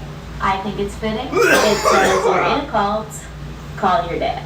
What I is got that? this shirt from You're in an a cult? Etsy shop Call called what? the Voodoo Vandals. They're based out of Toronto, Canada, and they're nice people over there, and they have a lot of cool t-shirts.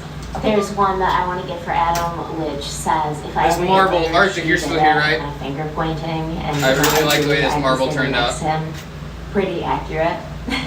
Anyways, let's get right in. I'm so excited. Oop, low I'm so power excited. mode on the phone when you're plugging my phone I was in. researching this, I was so excited. Is it to sit darker down over and there, or is record it just because me? I love I think sharing it's just stuff me. with you guys, Both lights and are I still know on. A lot of you think in the same way that I think. So as I would read something that would be surprising or hard to believe or just completely bananas, I'd be like, what? And I'd want to like look over to you guys and talk about it, but obviously nobody was there. So I was just like, oh And my God, I then can't wait it's to like sit a down black and hole record so we can marble discuss on this side, so full clear. Let's dive right into Charles Manson. This first part is going to mainly be on his background, his childhood, his teenage years, his incarcerations. I say incarcerations because there was many of them. And I might have to change his shirts. arrival in California. This is, I'm thinking there's probably poking me. going to be 3 parts of this, poking but me there good. might be 4. I just will never know until I get She into says it. that it might be 4, We and then there's leave for 6. Mexico in about 10 days. We leave in 10 days because my sister's getting married in Mexico, so we're going to Mexico to. I want to all attend the wedding. backgrounds. I'm I wonder if they all have these one on parts Aleister recorded, Crowley. edited, and posted for you before I go. I mean, we because already there's watched no the pretty way that I in-depth would one feel on Crowley, but it sounds like recording 2 sounds like parts something and they then would leaving they would have the gone night for over, everything else for, or will 10 have days. It would be ridiculous. gone over. And unacceptable. Oh, it's because I have a So I'm scratch gonna on my bust back. butt to That's get what's it done. different. And if you don't see me as active on social media, I'm not going to be going live, things like that, because I really need to use that time to just focus on getting all this research done, getting the scripts written, and then recording, and then editing, and then posting them for you guys so they're all out before I leave for Mexico. And at least I've left you with a gift, because I will be, you know, probably like a radio silence for the entire time I'm there. At least as far as posting on YouTube, I'll go live. I don't want it to seem I'll- like that we're over as much as we are overlaying our stream with hers. I don't want it to seem like we're overlaying like all of it. I And just in want the some of the same information way, we bring on know. a race war. Now, Charles Manson would later go on to tell all sorts of stories about his childhood and his mother, and some of them were true, but some of them were exaggerations in order to make people feel bad for him. He told people that his mother traded him for a pitcher of beer when he was just a baby. He also said that she didn't give him a name when he was born, that she gave him the name No Name on his birth certificate because she couldn't be bothered to even name him. That stuff's not true. But Charles Manson's mother, Kathleen, although she was a flawed and very young when she gave birth to him, she always cared about him and loved him, and she always wanted to be a better mother. She never tried to sell him for a pitcher of beer or trade him for a pitcher of beer.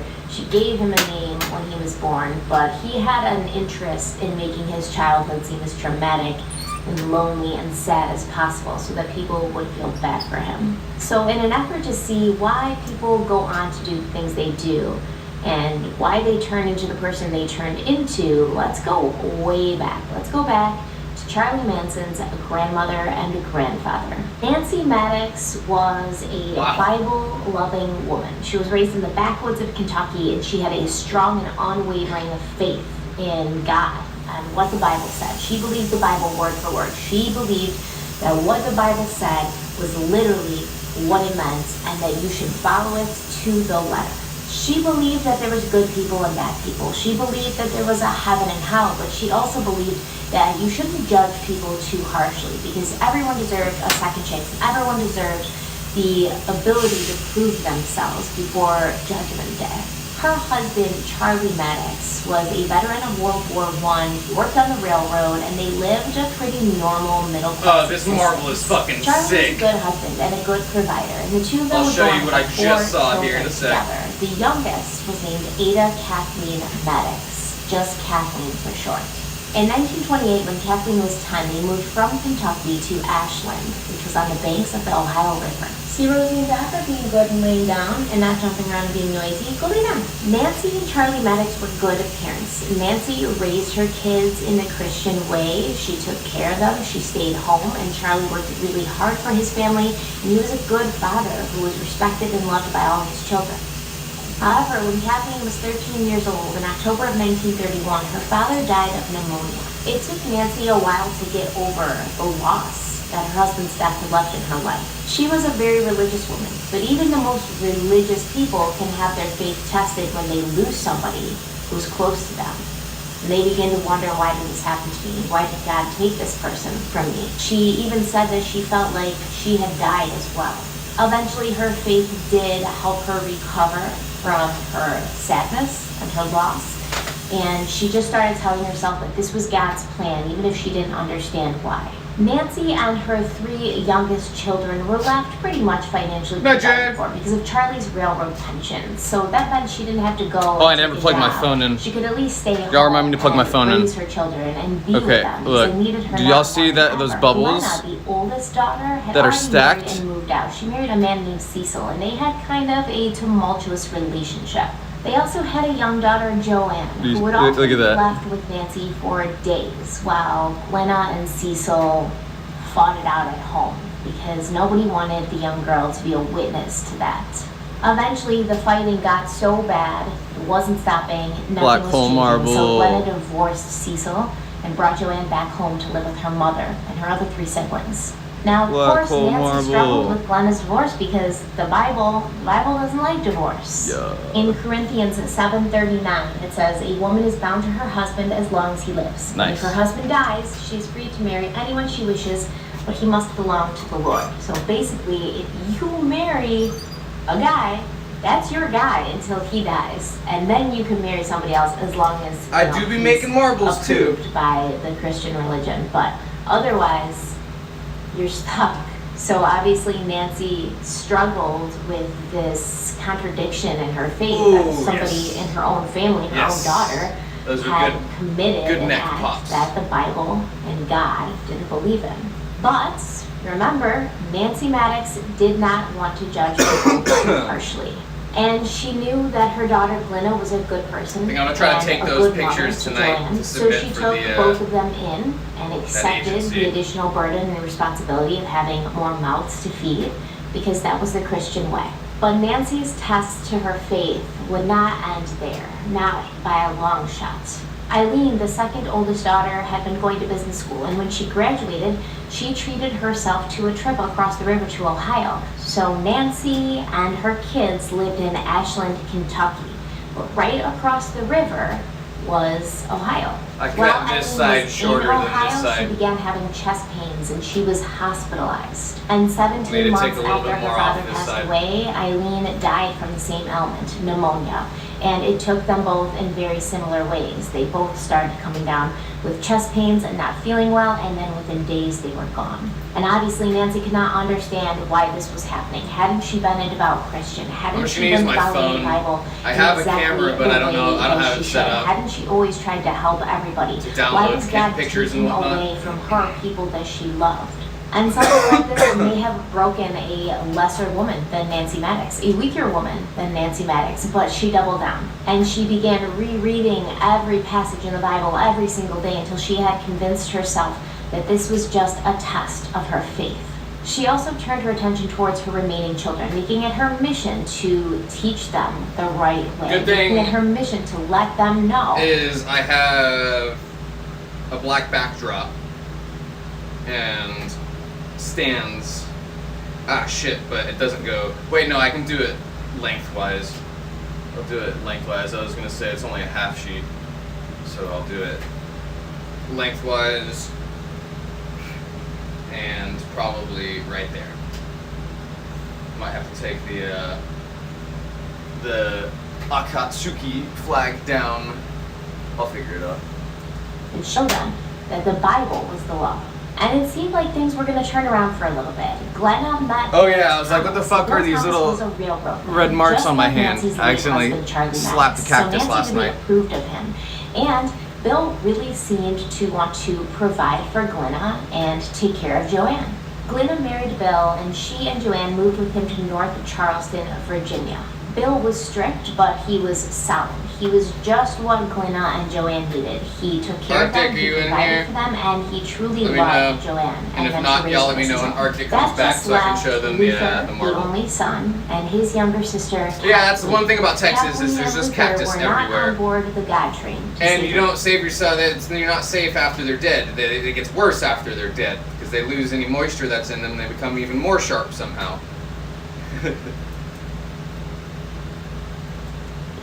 Luther was 18 at this time and Kathleen was 15. And Luther, being the typical 18-year-old boy, he didn't stay home much. He ran around with his friends on town, looking for girls and looking for ways to get into trouble, which left Nancy with Kathleen. And Kathleen definitely wasn't the model Sunday school girl that Nancy wanted her to be.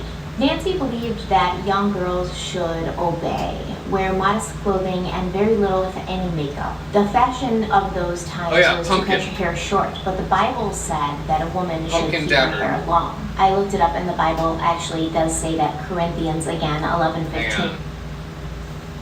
We did everything that for your... Lexi, are we missing anything for your set?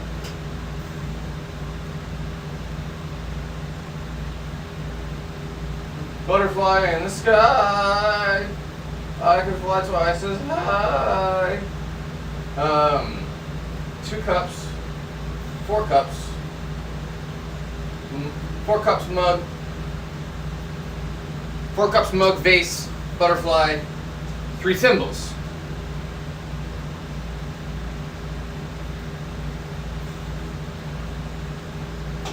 Oh, hi, Lucy.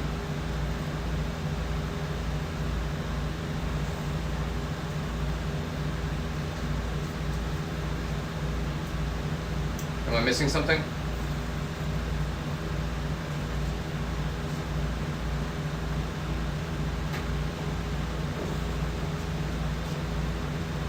Four glasses, 1 mug, 1 marble, a vase, 3 thimbles, and a butterfly.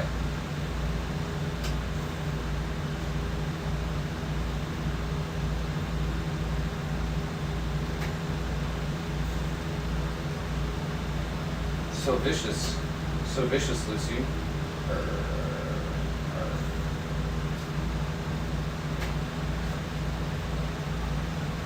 Is that nope, I'm not missing anything? Or nope, that's not everything?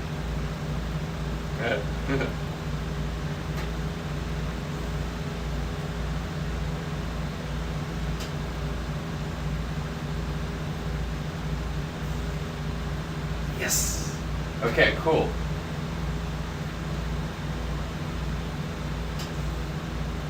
I'm gonna send other things with it as well. I'm just trying to think of other things now because I think that's everything.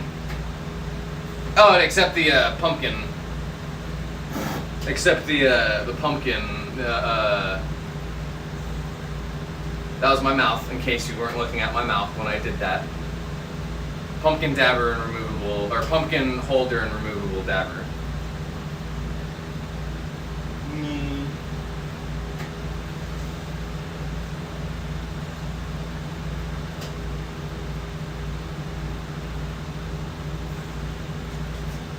Wait, no, she didn't stay there. I was gonna do a big reveal with you under the legs.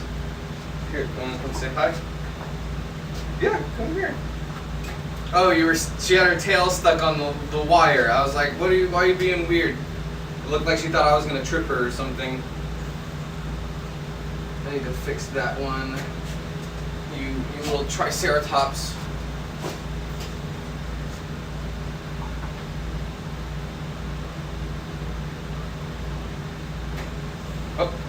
Up. Show them how strong your back legs are. Come on, up. Look at that, that's so proud. Here, you want a little glass? Put your hands there. Good job, Lucy.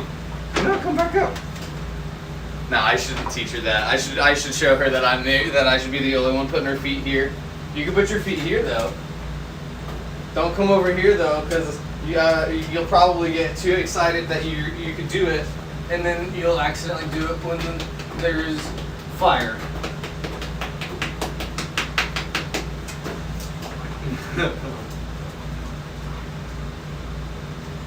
Oh, she had my hair for a sec. Hang on. Even more scene bangs than she can already have. Come back up. Come on, let's show them your scene bangs, Lucy. Here, come this way. Yeah, there you go. You're so smart, Lucy. Look this way.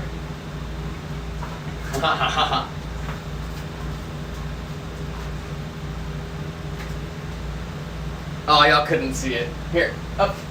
Yeah, from right there. Perfect. And here, get all of it from one side. And pull it down to the front. She got scene bangs. You got the best hair in the house, Lucy.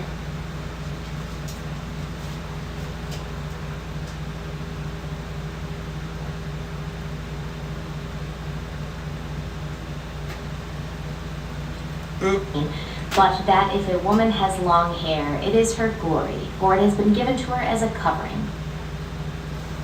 A young girl Right, should we still drink, have- curse, or interact Or with we young have men. how much?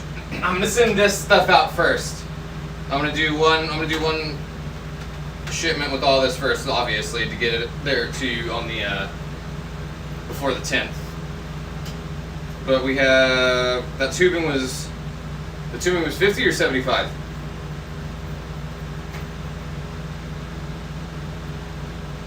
And of course, double whichever it was. I just don't remember. Properly. And Kathleen rebelled, as teenage girls who have very strict parents often do, and she complained that her mother wasn't letting her live her life and wasn't letting her have any fun.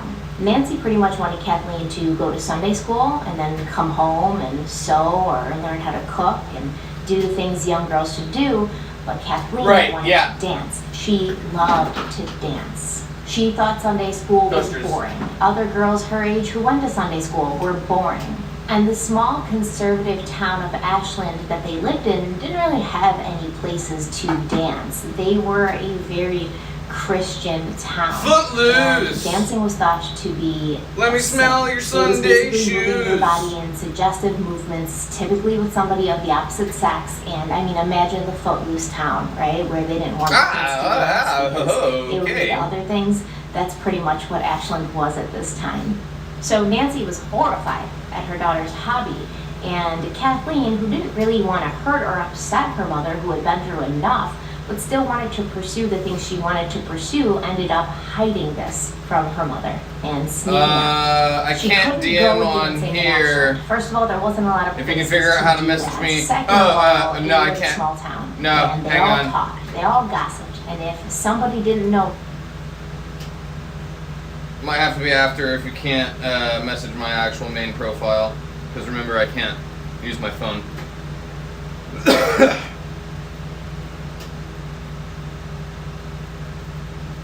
Here, let me pull up my Facebook.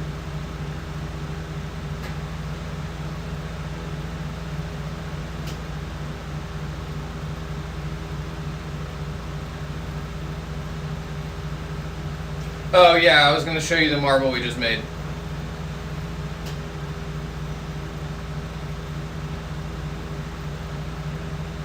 Hang on, I'll show you the marble, but Arctic, message me here.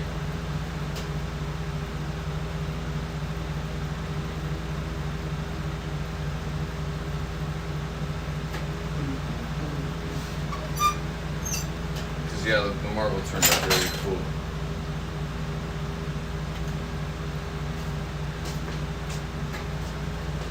Oh shit! Y'all didn't remind me to plug the phone in. See? How do I fucking forget every single time?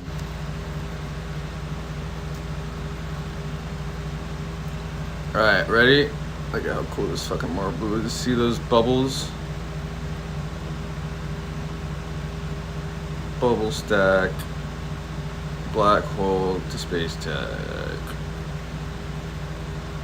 It's not bright enough. It's somehow too bright, but also not bright enough at the same time. What the fuck, ring light?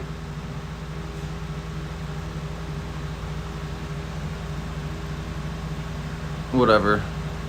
You see it. But it does the same thing that our black hole Millie does, but we have real nice space tech on the back. To match. And it's a bit bigger. I had a leftover chunk of that space tech, so we used that. Oh, the intrusive thoughts almost won there. You'll see how my brain was just like, just stick it in your mouth. And it was very close to doing it. Almost won that time. There was somebody who did know it and would be more than happy to tell people I plugged my who didn't phone in, know don't it, worry. And everything would get around. It would get back to Nancy, and Kathleen really didn't need any lectures about how she was going to go to hell because she loved to dance. Ironton, Ohio was across the river, and it had a thriving nightlife. It had a very scandalous red light district. Basically, the people of Ashland thought Ironton was a Sodom and Gomorrah, like a place where Oh, what the people shit? sinned. And You where messaged everybody the had business loose thing, but that's morals. okay. Just not a place they wanted their young I can still children send to it go. here either So, way. of course, that was exactly where Kathleen went. With all the gossip around town about how Ironton was a sinful place for It redirected alcohol, me, and I was like, what the fuck is this page? prostitutes, I've never and seen the Kathleen couldn't meta imagine any page place before. that she would rather be. She would sneak out at night and go to Ironton, go to these dance clubs. Ritzy Ray's was her favorite, and it's thought that that's where she met. Which is weird. I Colonel Scott. copy and pasted. Oh, did you click the master link and go to the Facebook on the master link? The Facebook on the master link is the Facebook page. The link I gave you was to my personal page. Either way, I gave you the address. It's on the one you just messaged though. Now, Colonel wasn't in the military. He had never been in the military. Colonel was actually his name, his birth name, that his father, Farmer Walter. His name is Scott, Colonel? had given him. Farmer was not actually Colonel his Manson. father's first name. Farmer was his profession. He was a farmer, and he had two sons. Colonel being one of them, and Darwin being the other. They lived in Colonel the a farmer? smaller Oh, shit. agricultural area Almost near tripped on Ashland. fucking- And Darwin and Colonel were basically Dang, known that amongst refilled the Westerners oxygen being so quick that I thought it combat shorted, based but on it wasn't. their It was just time done in filling it up. Ironton as well. And it's the traditional story we all know. No so worries, well. Arctic. Yeah, I got it to you. Young, naive, small town girl goes to the big city and meets a fast-talking, handsome No, not yet, Dishonored. older That's still man over there. who basically sweeps her off her feet. He's usually I'll also pack everything kind of this like weekend home, and then this do was the case Mailman for Mondays. Colonel Scott.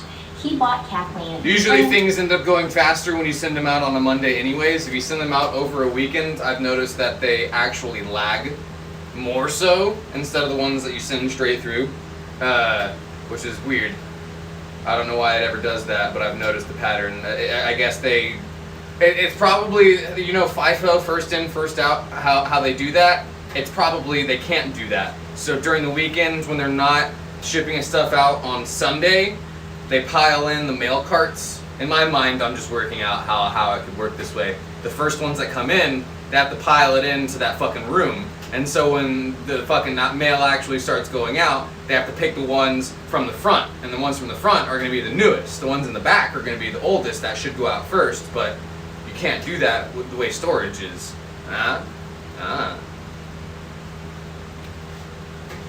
He plied her with alcohol. He got her in Mailman bed, Mondays. Told her she was special. Told Or her he mail loved her. person. When she was pregnant. Mail person his Mondays. tune changed. In the spring of 1935, when Kathleen informed Colonel Scott that she was carrying his child, he got suddenly called away for military business. Even though, remember, he wasn't in the military. But she didn't know that. He told her he would be back soon. And that they She would didn't know raise their that. child together, and he would marry her, and then he never contacted her again. And for Oh, a while, God, she what? believed he was coming back. For a while, she imagined this happily ever after life because Kathleen Maddox was a romantic at heart. And this would be true of her That's until her rough. dying day. She always believed that she would find somebody who loved her and that she could love. But after a while, as her stomach got bigger and time passed, and Colonel didn't show his face, she realized We that he'd need skipped clear. out on her. Kathleen prep. didn't try to hide the fact that she Watch was out, pregnant Stinky. from her mother.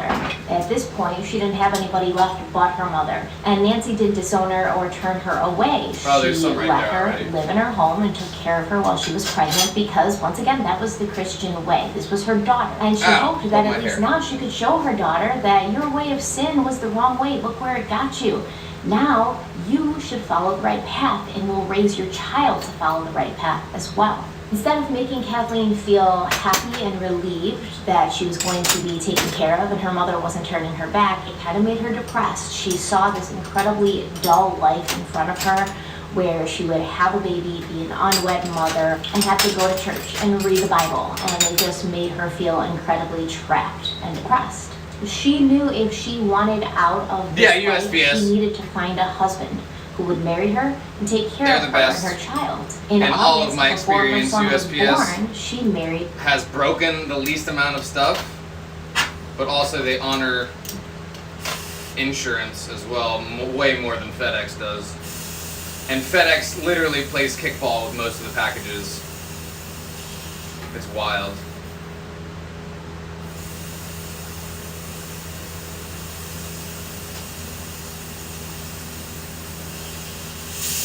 Why? Okay, there we go. I was like, my torch is being weird lately.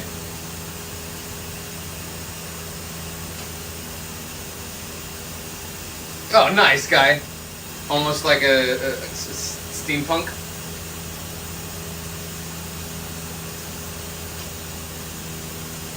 I bet that they don't want to, Cal.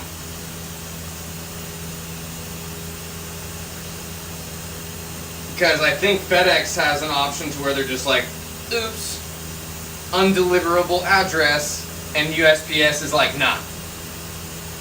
We're legally obliged to get it there.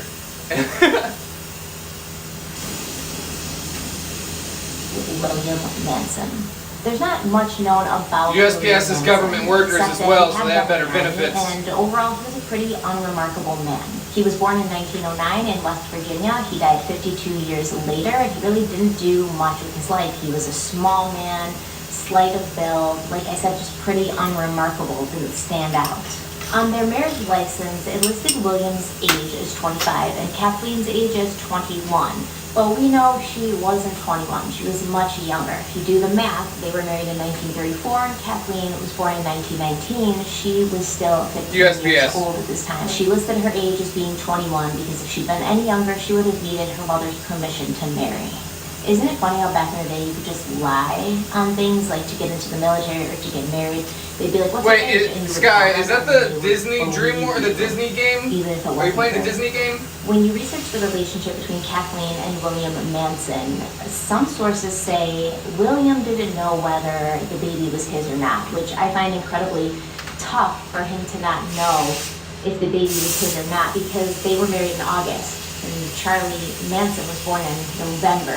So 3 months that she was pregnant before she gave birth. So I'm pretty sure William Manson knew that baby was not his unless he had absolutely That is not no my idea baby. how pregnancy worked or how long it took. I mean, unless Kathleen Disney was Dreamland, that's what I messing thought, around with okay. William Manson at the same time. Because I that keep she was hearing messing more about around that. with Colonel, which is very possible, which would then confuse him And then you as said to whether or Wall- not the oh baby God, was that his noise, or I'm not so his, sorry. But that is not stated. And then you said Just so Wally, you and I know was for like, oh shit, record, wait. I just speculated that. I heard that about would be that the earlier only today. way I would think that William Manson would question whether Charlie was Disney his for what? child or not.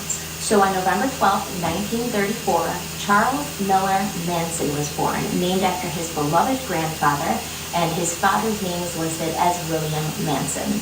Charles Manson is a Scorpio, guys. Is anybody really surprised though? Like I stated at the beginning I of don't know this anything video, about astrology. there's many websites that state that Charles Manson was born and not given a name until much later, that Kathleen listed his name as no name. That's not true. He had a name from the beginning. He was named after Kathleen's father and given the Do you surname really, of the Gal? man that she married before he was born. And Charles Manson will also say that he wasn't loved by his mother. He wasn't loved by anybody when he was growing up. He had no affection. He had no attention. And that's not true either. Charlie was actually incredibly loved by both his mother and his grandmother, but Kathleen was still a teenager, still not ready to take on the responsibility of having a child, so she would often leave Charlie with his grandmother Nancy, who showered him with love and affection. And she and her husband would go out to the clubs dancing. Eventually, Kathleen started hanging out with her older brother Luther, and the two of them would disappear for days without any word. And William Manson got sick of not knowing where his wife was or what she was doing. He could only assume he knew what she was doing. And after two Yeah, and a we'll half for years sure of go through marriage, USPS, he filed especially if for they actually divorce, go to your citing house. the reason as a gross neglect of duty. She didn't contest it, and she didn't even go to court to defend herself or try to fight it at all, and he was granted the divorce. And at this point, it does seem pretty clear that William Manson knew the child wasn't his, because in the court documents of this time, it's listed that there's no children that he would be responsible to pay child support for.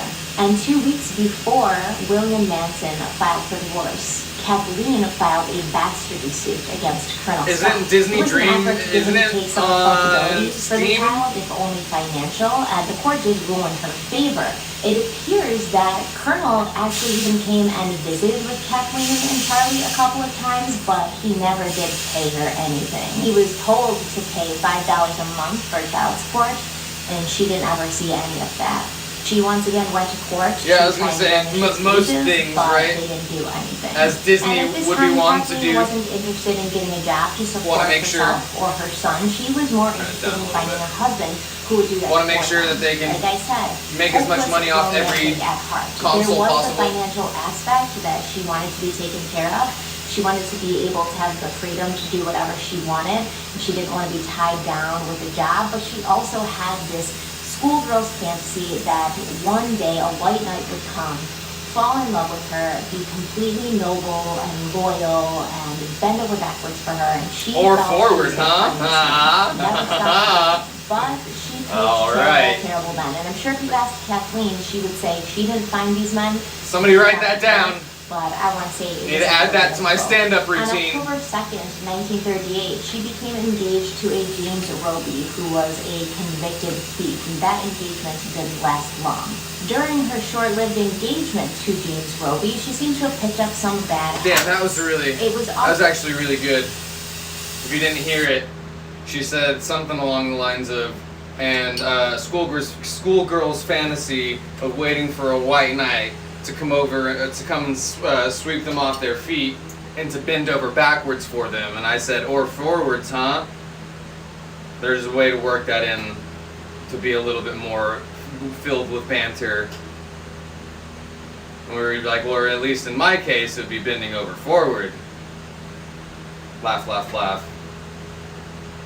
Yeah. Funny stuff. August 1st, 1939, Kathleen was living in Charleston, West Virginia at this time. And she and her brother's girlfriend, Multiplayer Julia and crossplay, were that's just fucking hanging awesome. downtown, walking around, looking at shops and chatting. At this point, Charlie Manson would have been 5. Isn't this and Kathleen was their 12. answer to Fortnite? Since they didn't want to license the characters to Epic, right? Is that what I was hearing about this? Is that? I think that's what I was hearing about this. Is that instead of marketing the skins to Epic like how everyone else is doing, Disney is just making their own game? Or game engine, or game world, right?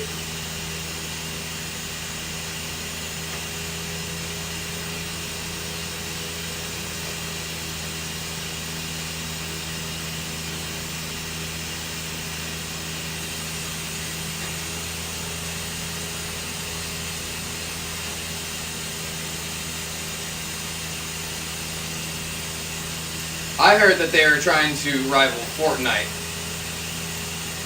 But if it's Stardew Valley type, then definitely not.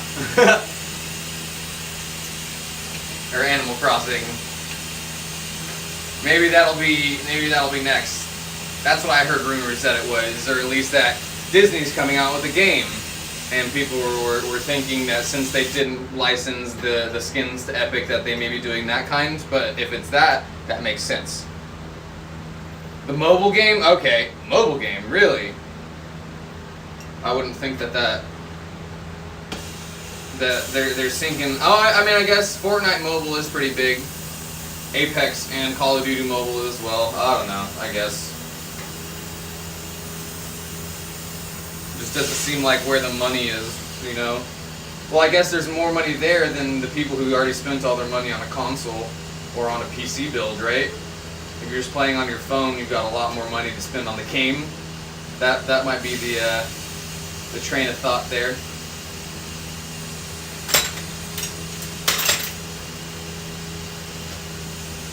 She was a very old, very bitter 20. She had grown into a bitter woman, and she felt that she'd been dealt a bad hand in life, and that she was entitled to things that she deserved, but she wasn't giving. And as her and her friend Julia were wandering around town, they ran into a friendly stranger. His name was Frank Martin, and he drove a gray Packard convertible. And the three of them spent that afternoon and that evening together. At first, he brought the two girls to the Valley Bell Dairy and bought them some cheese. And then they went to Dan's beer parlor, where he purchased beer for all of them until about 11:30 p.m. Frank was open and generous with his money, and he paid for the girls' drinks with money that he peeled off of a wad of dollar bills that he had in his pocket. There's a little hair on my eye or something, or a little white fuzzy. This guy's a lot of money. Like, we should take That it was from reflecting in him. my glasses. He gets too much money for his own good. Let's relieve him of that burden. They go back to Martin in the bar, and they suggest to him that they get a hotel room. And at this point, this guy's thinking he's lucked out. He's won the lottery. These two young girls want to take him back to a hotel room, and it doesn't take a rocket scientist to figure out what might happen next. Kathleen called her older brother Luther and enlisted his help in their plan, and he was more than happy to be a part of it because Luther was kind of a hooligan.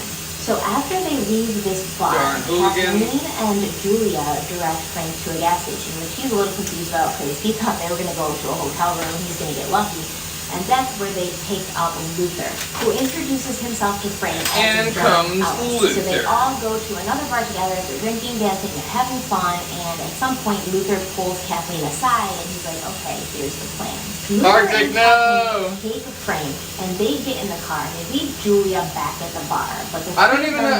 I wonder if that's an option on my end, if I can set live chat only. I don't think it is. I tried looking for another guy and one girl. advanced settings and stuff like that earlier. Like, I'm curious. But as soon as they got out of town, Luther told Frank to pull the car over and get out. And Frank was like, really? And Luther's like, yeah, seriously. They leave Kathleen in the car. Luther takes a ketchup bottle filled with salt, presses it to Frank's back, and says, I have a gun, and give me money. And Frank basically laughed at him, and he was like, you don't have a gun, dude. And Luther was like, okay, I don't have a gun, but I have this ketchup bottle full of salt, which he then proceeded to smack Frank over the head with and knocked him out. You said you're right. Frank's money, got back in Frank's car with Kathleen, and they drove away. They found about $27 in Frank's wallet, which wasn't a lot. I mean, in those days, obviously $27 was more than it is today, but even then, Robbed really the dude not for what you would be $27? hoping to gain from a robbery of somebody you thought was loaded. They picked Julia back up from the bar. They ditched the car, and then they got a hotel room to hide out in and lay low. But once Frank Martin came to, he walked back to Charleston, called the police, All right, and he was able Lexi, to good describe night. his assailants and tell them Until what next happened. time. I'm sure it was a pretty embarrassing story.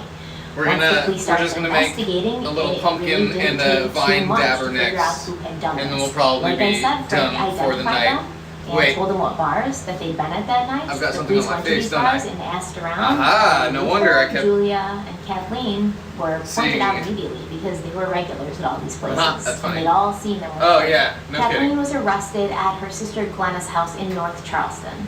And it's assumed that Charlie, her 5-year-old son, looked on as she was put in handcuffs and taken away. Luther, Not like a that. gentlemanly gesture, most likely an echo from his Christian upbringing, he tried to take the fall for the whole thing. He told the police in his statement that the girls didn't know anything about the robbery. They hadn't been in on it. They didn't know what he was going to do. He tried to take complete blame for it. However, they were all interviewed separately, and in the girls' Forbidden statements, pub- or they forbidden, confessed to everything and said they'd been a sins. part of it and what their part was. So Luther's gesture Forbidden fun kind too. of was pointless, but it makes me like him a little bit more. The three of them were made fun of in the local papers as the ketchup bottle robbers. Oh, but no. The police and the court system didn't find their crime as funny as the local media. Luther Maddox was found guilty of armed robbery and was sentenced to 10 years in prison.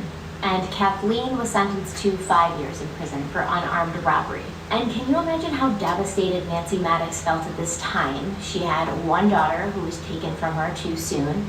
She's got another daughter who may be happily married now, but already went through a divorce. And now her other two kids, her other daughter and her only son, they're in prison.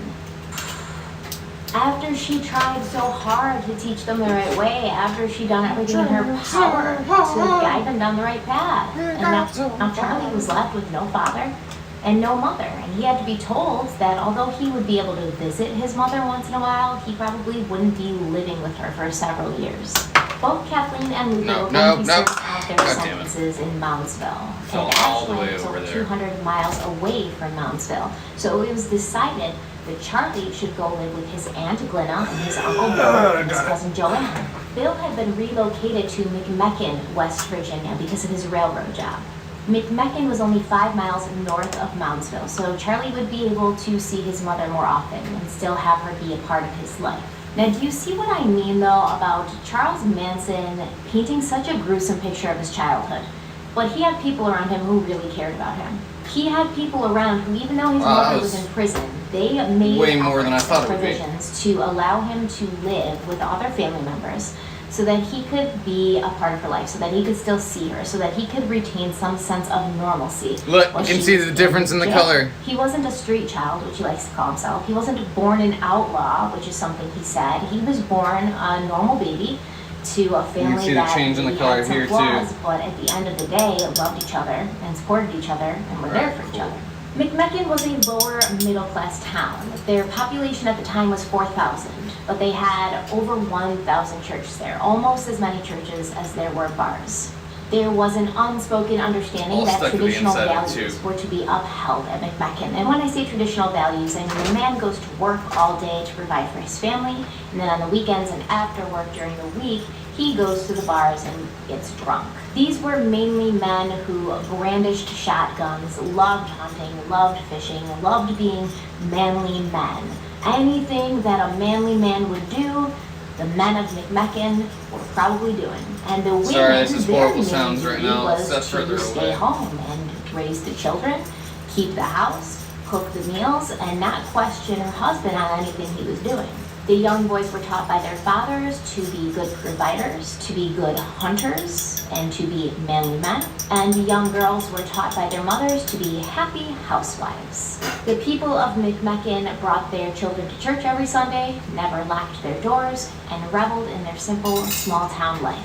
When Charlie arrived in McMecken, he did not fit in at all. Not with the townspeople, not with his aunt's family, who fit in seamlessly to the life of McMecken. This was late 1939. Charlie was 5, and he was Was there a actually McDonald's a very in McMecken? attractive, adorable child. He had dark hair and dimples when he smiled, which he didn't do often. He was very small, smaller than any of the other boys his age, and this would be something that followed Oh, I him fucking through life. kicked He would the always charger be again. smaller and slighter and less built than the other men.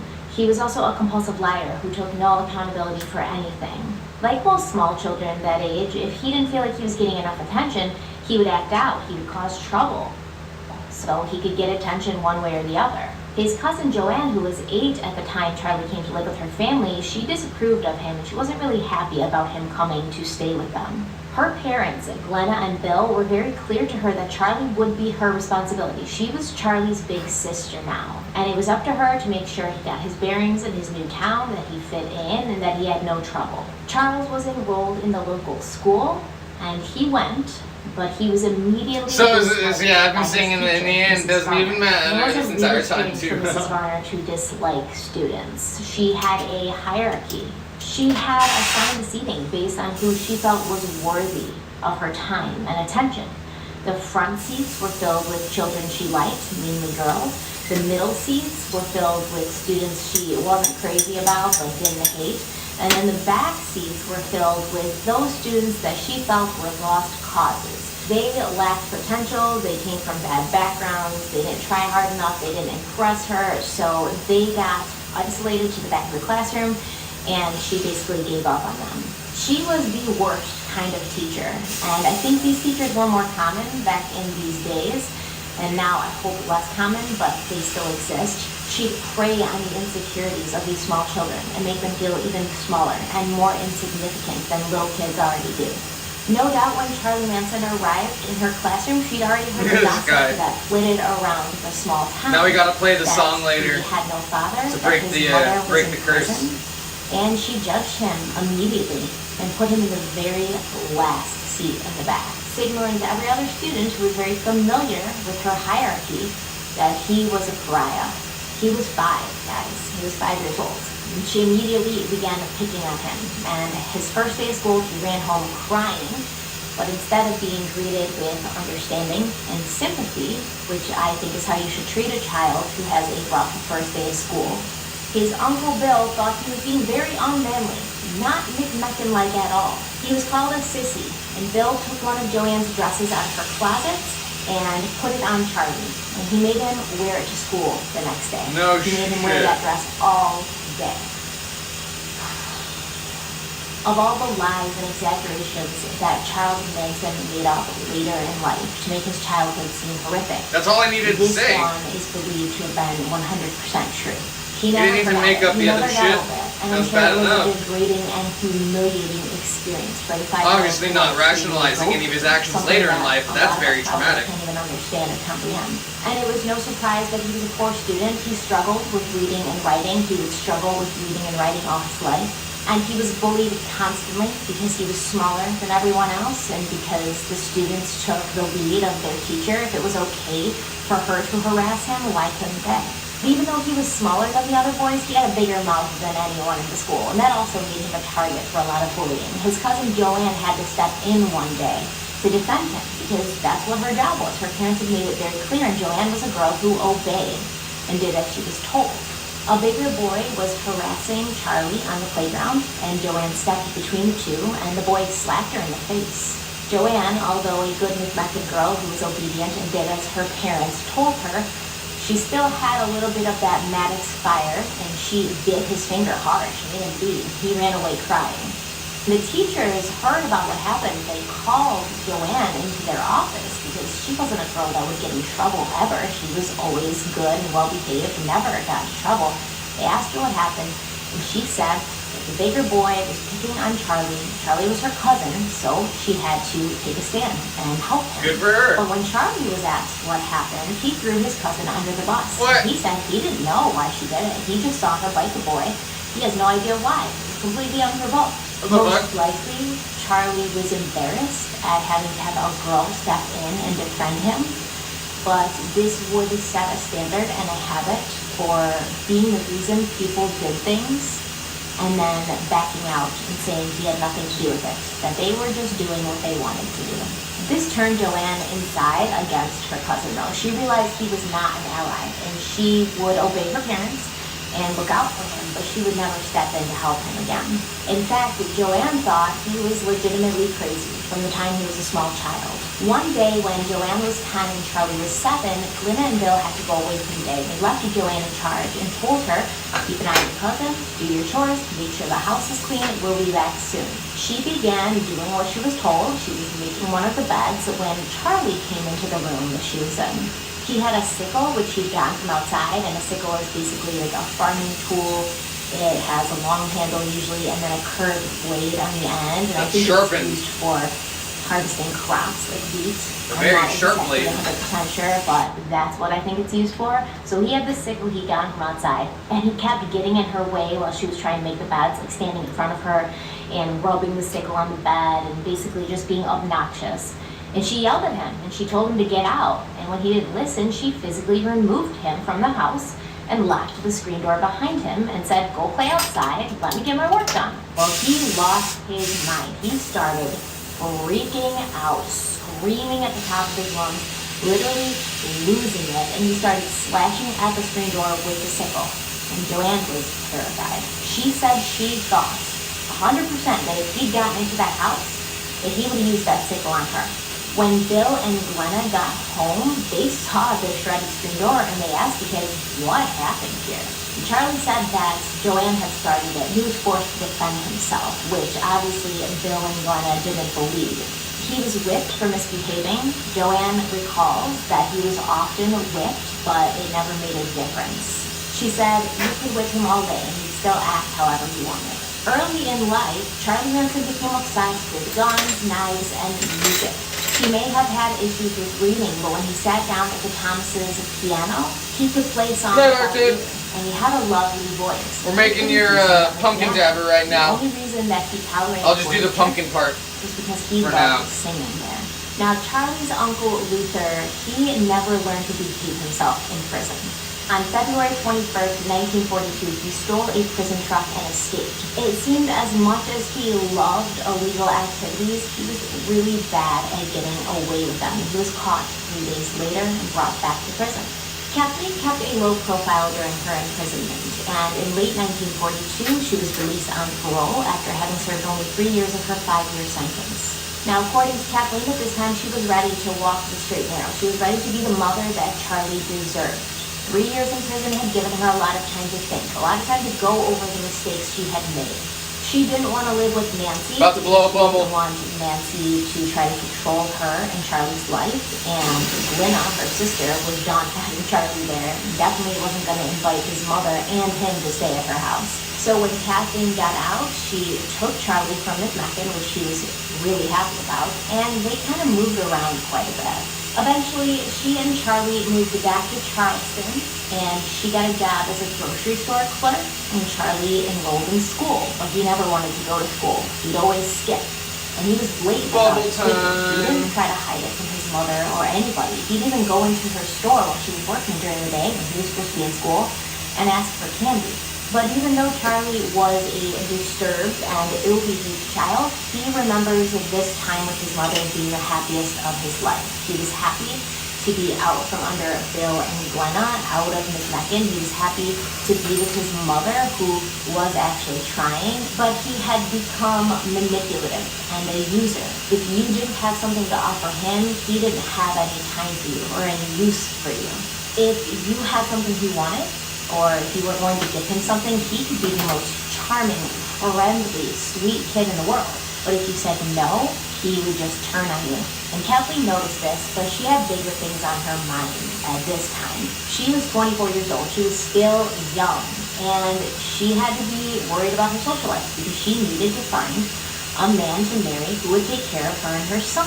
So she returned to her life of drinking and dancing and carousing in the local bars. After Charleston, Kathleen and Charlie drifted around to a lot of different places. They stayed in Indianapolis for a while, where it is rumored that Kathleen was a prostitute, but these rumors have never been confirmed. And as Charlie got older, his behavior just got worse and worse. When he was 9, Kathleen admitted she had a problem with alcohol, and she started attending AA meetings. This is where she met Lewis, a fellow alcoholic who was also trying to get his life straight. She hoped, once again, that Lewis was the right man for her and for Charlie. And she knew that Charlie needed a man in his life to set him straight, so she married Lewis. She got her drinking under control, but Lewis never did, and she became the mother to 2 children. Her ill-behaved son and her grown husband, who couldn't hold a job because he liked alcohol too much. Lewis also wasn't a great role model or father figure to the boy. He had no patience for Charlie. He didn't really like him. They would constantly get into arguments, which would just stress everybody out more, and then Lewis felt like he had to drink more to, get over that stress, and then Charlie would get mad and leave, and it just became a really stressful environment to live in. Charlie began stealing from his own home and from local stores, and if he got caught, he was never apologetic about it. He just blamed somebody else. Anyone else. This was a hallmark of Charles Manson's personality, something he would do for his entire life. If he got caught stealing, he'd say it was his mother's fault because she didn't give him the things he wanted, so he had to take them. Or Lewis was always on his case and accusing him of things and blaming him for things anyway, so he was going to get yelled at no matter what he did. He might as well just do the things he was being accused of and yelled at. Dabber for. station. And no matter how many truant officers I'm gonna give came to it the a house, little curly how many people begged him to go to school, as well, and then he the still dabber will refused sit in to there. attend regularly. Kathleen Kathleen turned to her mother Nancy for help, the woman she had never cared to take advice from before. She hoped that Charlie's grandmother could get through to him. The two had a special relationship. Charlie was always sweet to his grandmother. No matter who else he was rude to or disrespectful to, he was always respectful and kind to his grandmother. And his grandmother really loved him and doted on him. Kathleen, who really did struggle with the guilt of how the choices she'd made in life had contributed to the way Charlie was turning out, she tried to be a good mother. She tried to give him the life and the home that he needed, but it was too late at this point. She couldn't find the right male figure to bring into the house. She didn't know how else to be a mother, and Charlie was already too comfortable with his rebellious and bad boy persona. He was still small for his age, but he had a temper that he could not control. And he would work himself into such a rage and look at his mother with what she called his crazy eyes. It would terrify her. She would back down. She had no idea what to do, how to reach him, how to help him. And so she thought it might be a good idea if he went to a place that was designed to help boys like him who had behavioral issues. This way, she could put her focus on fixing Lewis and getting him on the right track. And by the time Charlie was fixed in this place that he went, which fixes young boys allegedly, they would all come back together, all fixed, all flawless, and live happily ever after. What you gonna eat, And Sky? this book was obviously misguided and naive for many reasons, because nobody can be Oh, fixed. Alcoholics can't be fixed by their wives who want to fix them. They need help and guidance and programs and time. And little boys aren't fixed by turning them over to boarding schools. Little boys who already feel abandoned are going to feel more abandoned when their parents give up on them and send them away. In 1947, when Charlie was 12, she began looking around for some place to send him. And she found it in Indiana, 75 miles away from where they lived. The Javolt School for Boys was a school for male delinquents run by priests, filled with 124 boys at the time Charlie would attend. Manson, later in life, would make this place sound like a prison camp, but it wasn't that bad. They had sports, the students worked a large farm that fed the school and its occupants, they had school and religion classes. I take it back. I really like these cookies. And there were I didn't have physical much faith in them at the punishments if beginning, students behaved because in a they're way that wasn't allowed. crunchy According on the to Manson, outside, he was but I on the like receiving them. end of many of these punishments. While there, Charlie underwent economic and psychological testing. These tests revealed that his school skills were fair. He was moody Cheddar and Ranch exhibited Cheez-Its, persecution yum. complex, which basically is what it sounds like. You always think you're being attacked. You always think you're being persecuted by others, and usually with the intention to harm. According to the DSM, persecution delusions are the most common form of delusions in paranoid schizophrenia. And Charlie would have his moments where he would be agreeable, friendly, even nice to be around, but they wouldn't last long before he'd become moody, angry, frustrated, or withdrawn. He tried to leave several times. He ran away and he made it back to his mother's house 75 miles away. And he tells the story that when he got back, she opened the door and told him to leave and shut the door in his face, and that didn't happen. She brought him in. She listened to him. She felt bad that she had to send him back, but she had to send him back. She couldn't help him. She couldn't fix him. And maybe it wasn't the right decision to stop trying and send him away, but at this point, it was all she could do. He did get a pass from the Javolt School to spend Christmas with his aunt, uncle, and cousin in McMecken. And his grandmother and Uncle Luther, who had recently been paroled, they would be there too. However, Kathleen and Lewis would not be present at this Christmas holiday. Luther at this point was weak and sick and basically dying. He had contracted tuberculosis.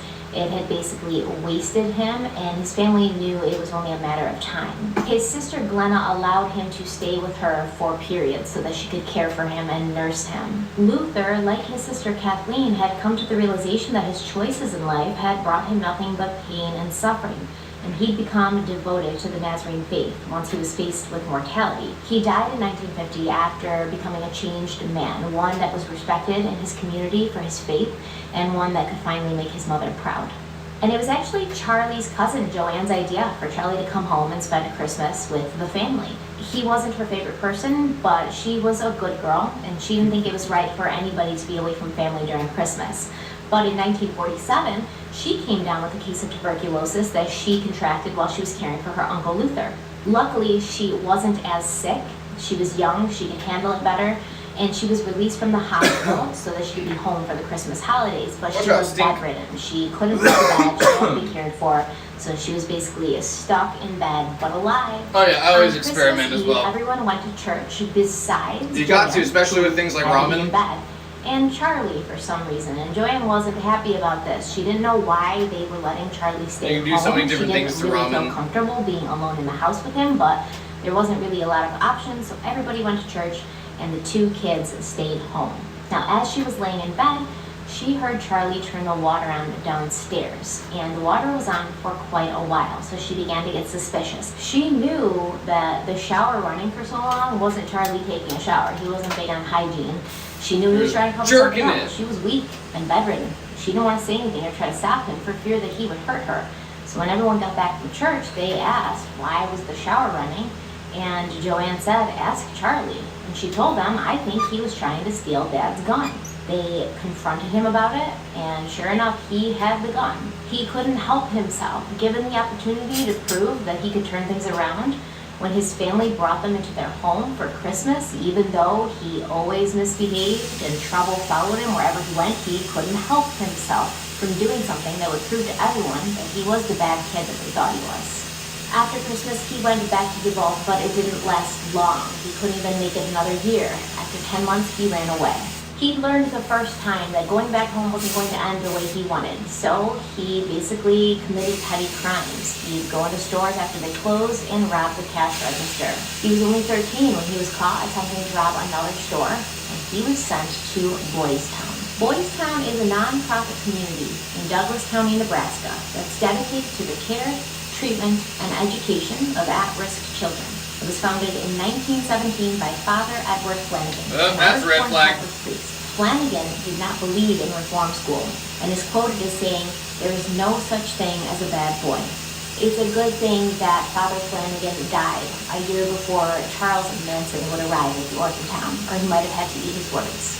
An Indianapolis news story from March of 1949 read, "Charles Manson, 14, a dead-end kid who has lived in an emotional blind alley most of his life, is happy today. He is going to Boys Town." Manson told the court, "I think I could be happy working around cows and horses. I like animals." The judge who sent him to Boys Town told him, "Maybe you'll have that farm yet and be a real farmer, son. You just have to try hard and learn the things they teach you."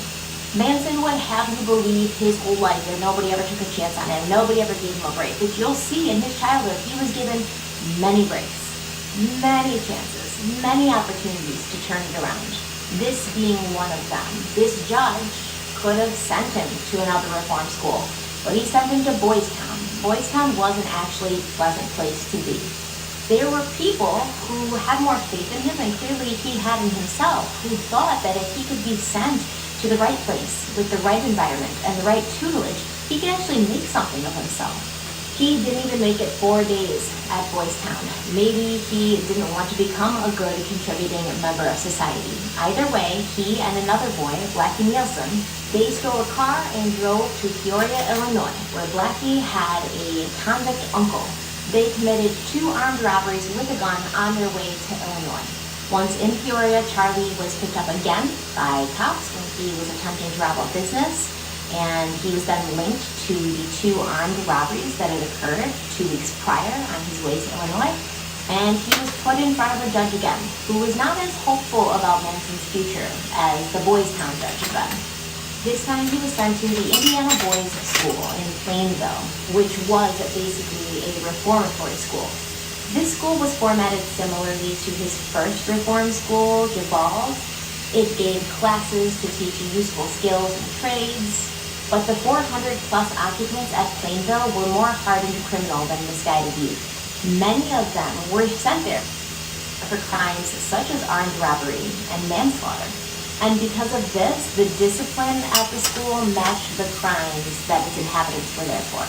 The punishments that were doled out to these kids would be considered the same as torture at times. And with so many unruly boys in one place, and so few adults who cared to supervise them, there was often a lot of infighting, with the bigger, stronger boys who had been there longer picking on the smaller, weaker newcomers. There was all sorts of physical and sexual abuse going on here, and Charles Manson claims that he was on the receiving end of this too many times to even count. This is also one of his claims that is very possibly true. But during this time, he developed what he called the insane game, which was essentially just acting crazy. So someone approached him and he thought that he was about to get beat up. Charlie would just act completely insane, start screaming, waving his arms around, talking nonsense, looking as crazy and making his face as distorted and insane as he possibly could. And the plan was that this would confuse and throw off his attacker, and maybe that person would move on and find somebody who wasn't acting like an insane person. Sometimes these tactics worked and sometimes they didn't. On October of 1949, Charlie and 6 other boys attempted to escape. Now, he had already attempted to escape 4 times before this on his own, but this was his first 4 times. escape attempt. They did make it out of the school, but Charlie, who was never good at laying low, was caught 12 hours later trying to rob a gas station, and he was sent back. Again, less than a year later, Charlie and 2 other boys escaped. They stole a car and they headed west.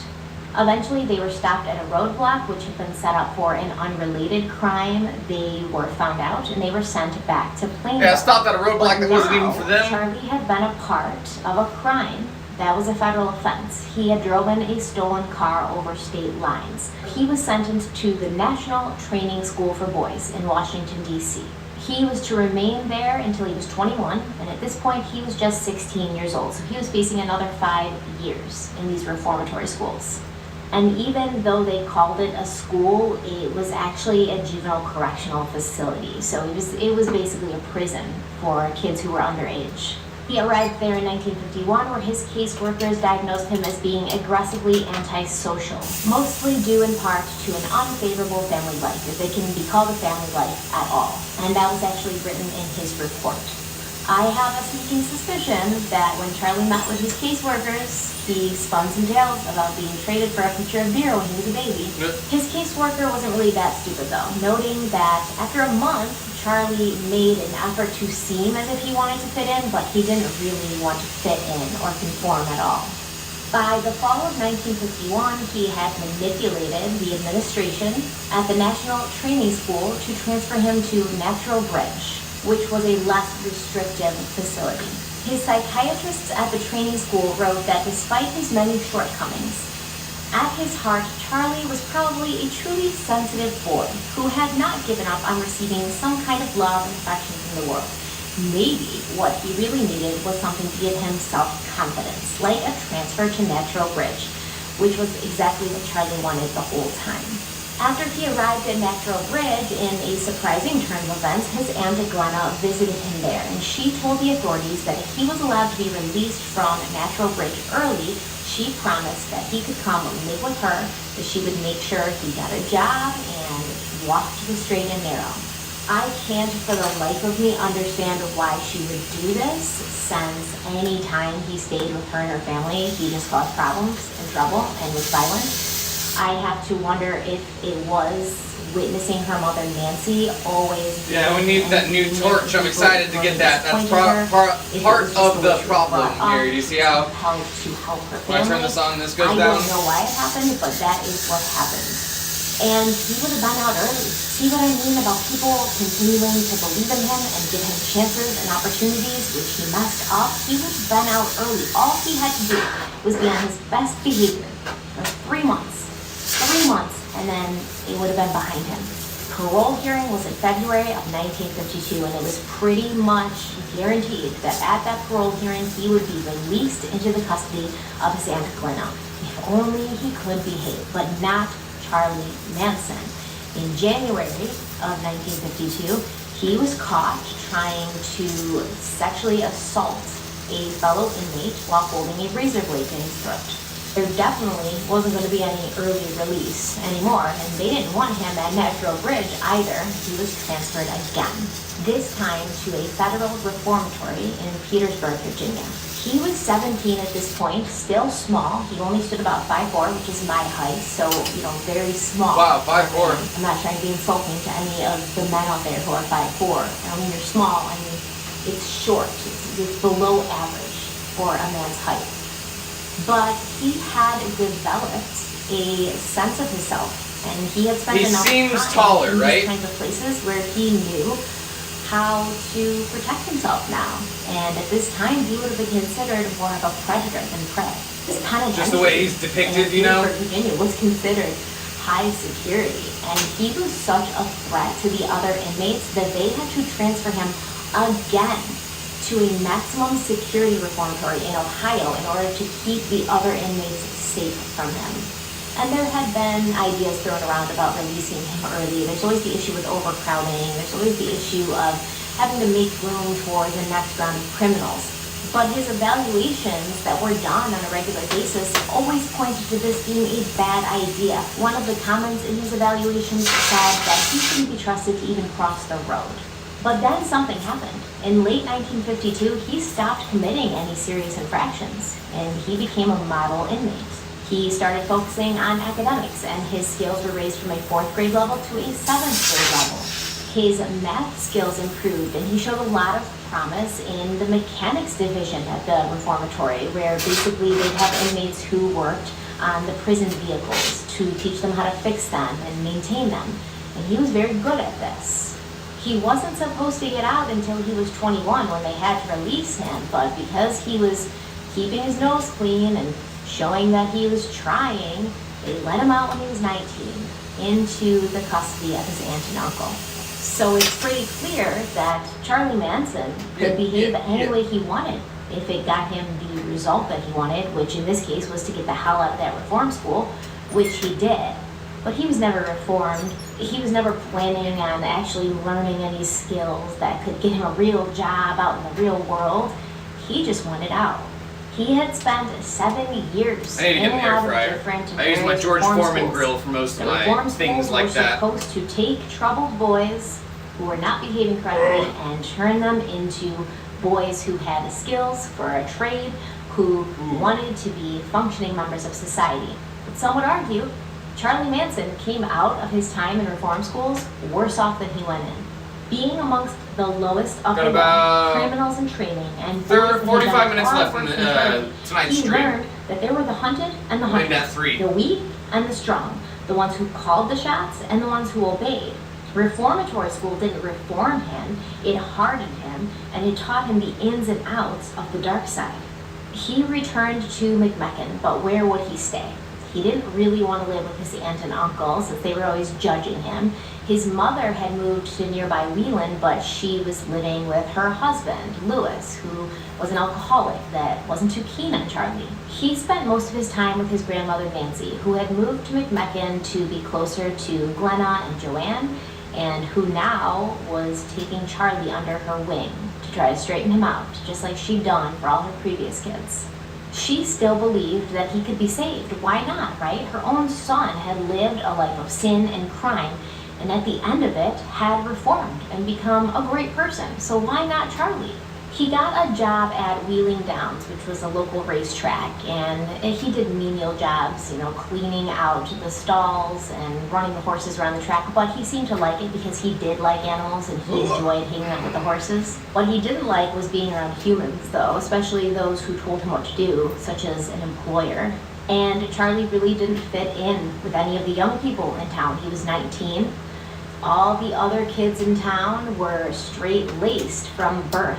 Macon was a very secluded, isolated town. It was pretty much cut off from the rest of the world. They did things their own way. And these kids had been poured into these molds from the day they were born, that the boys would turn into strapping, manly men who hunted and who took girls out to movies and who became great husbands who worked really hard and drank just as hard. And the girls would turn into skirted housewives who always made sure that dinner was hot on the table whenever her husband decided to stumble home from the bar. The American dream. Girls in McMecken, they went to the movies. They went to the soda shops and got ice cream. They hung out and laughed and talked about silly things like school and crushes. Charlie had spent the last 7 years of his life in one institution or the other, trying to basically survive and always worried about being attacked. Always worried about how he would have to manipulate people in order to get what he wanted. And needless to say, he didn't fit in with them at all. and he didn't know how to. In the institutions, when you wanted to impress somebody, you told them all the bad things you've done because that impressed the people that were imprisoned with you, basically. Like, oh wow, your crime is worse than mine. I should watch out for you. You're a badass. But in McMecken, in the beginning, he hung out with mostly Sunday school kids because his grandmother forced him to go to church and forced him to go to Sunday school. And the Sunday school kids, the Nazarenes, they were not impressed by his crazy escapades, his armed robbery, his alleged drug use. They didn't even know what drugs were.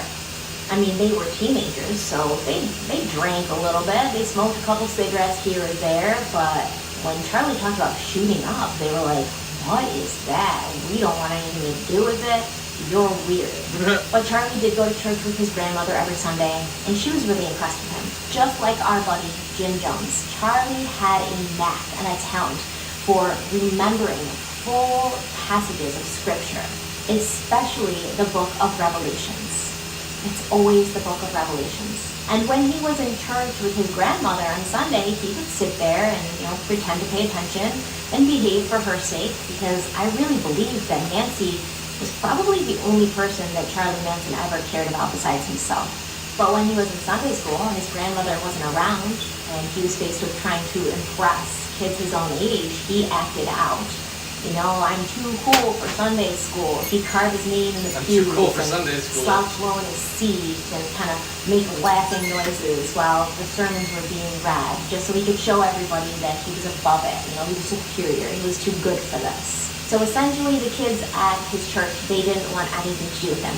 They isolated him. And then they also began to go back to school and tell the other kids, the kids who didn't go to church, how weird and crazy Charlie was, how much trouble he was, how people didn't like him. And that spread through the small town very quickly until he was essentially a pariah. Kids wouldn't talk to him on the streets. They would act as if he didn't exist, as if he wasn't there. He was worse than somebody who was disliked or hated. He was ignored. On Halloween, the youth group had a costume party at one of the girls' houses. Charlie was actually really excited about it. He had never gone to a Halloween party, and definitely never to a costume party. They don't have costume parties in reform school. He put together his costume himself. He was a carnival barker, and he had a big wide-brimmed hat and suspenders. But when he got to the party, he was completely ignored. Nobody would talk to him, except for the girl who was hosting the party, because she felt obligated to. He tried to act like it didn't bother him. He wasn't concerned, but how could it have not bothered him? With no one in town who would talk to him, he got a little lonely, obviously, and he decided to visit his cousin Joanne, who had moved across the river to Ohio when she married a minister. It feels like everyone's always going across the river to Ohio, doesn't it? She was surprised when Charlie showed up at her door, considering it wasn't a short distance from McMecken to her house, and considering that the two had never really gotten along or been close. But she was raised right, she was a good girl, and she invited him in.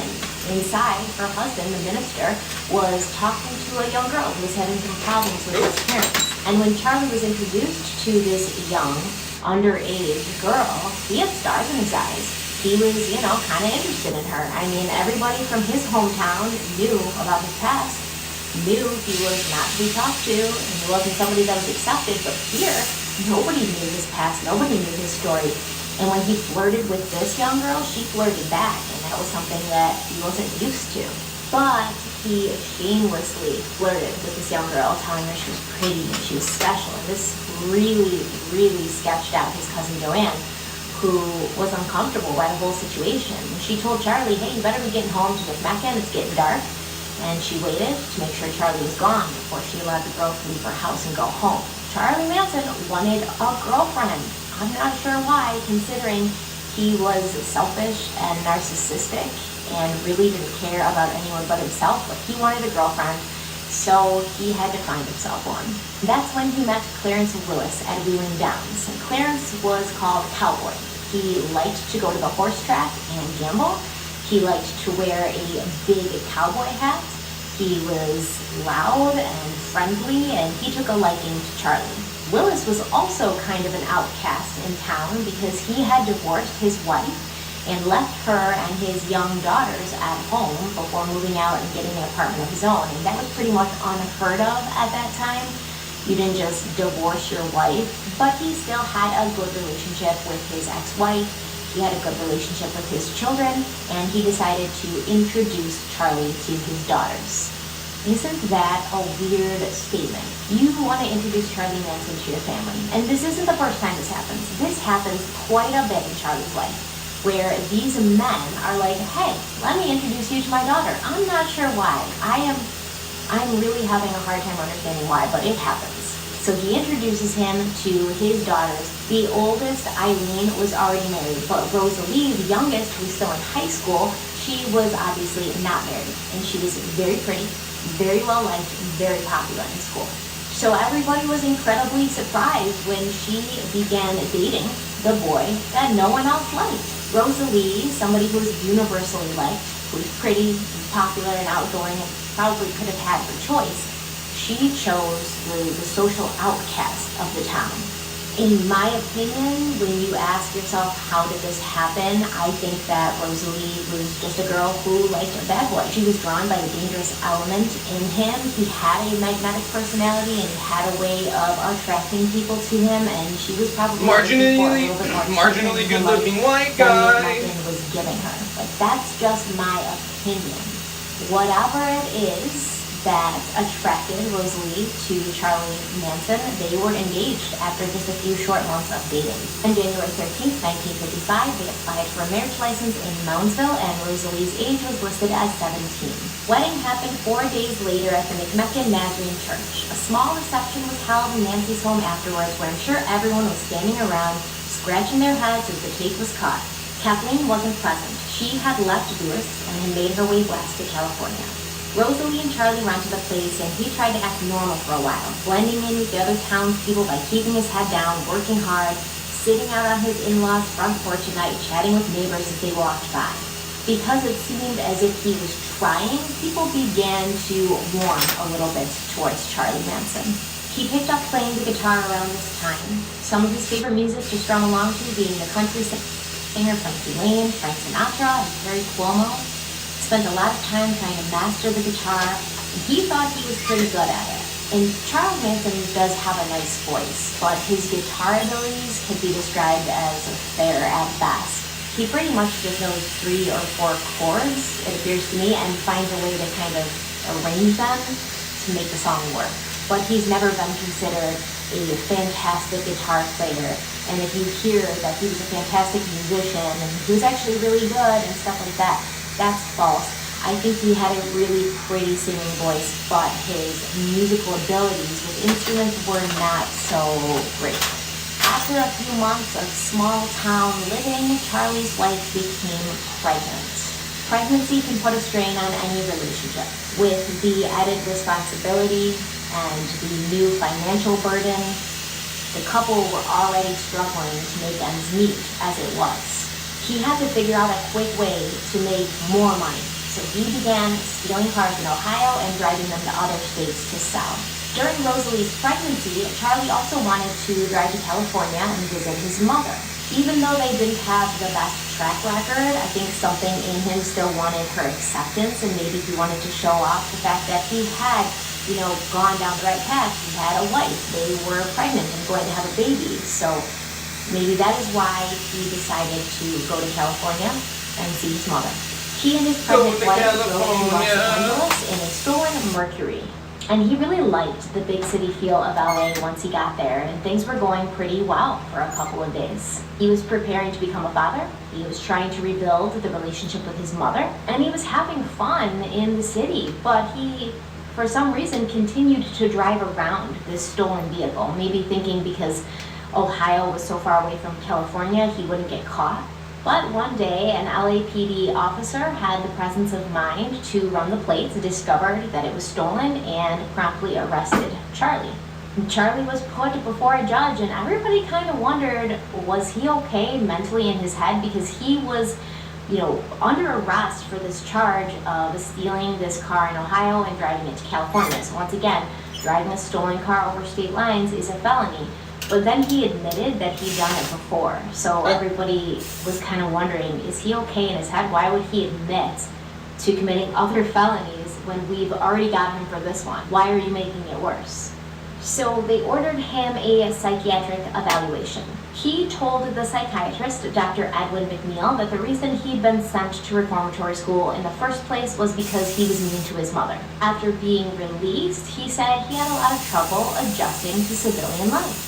But he loved his wife very, very much. Even though sometimes he got frustrated and he beat her, he loved her very much. He knew he had flaws. He knew he had a temper that he couldn't control, but he was going to be a father, and he really wanted to be there for his child. He couldn't do that if he was in prison. Dr. McNeil's recommendation was that Charlie Manson was a poor candidate for parole. However, the incentive of being a father and a husband might just straighten him out. Instead of recommending that Charlie go to prison, he recommended he be sentenced to 5 years of probation. He would have to go to court in February of 1956 to face charges for the other car that he'd driven from Ohio to Florida and had strangely, for some reason, confessed to.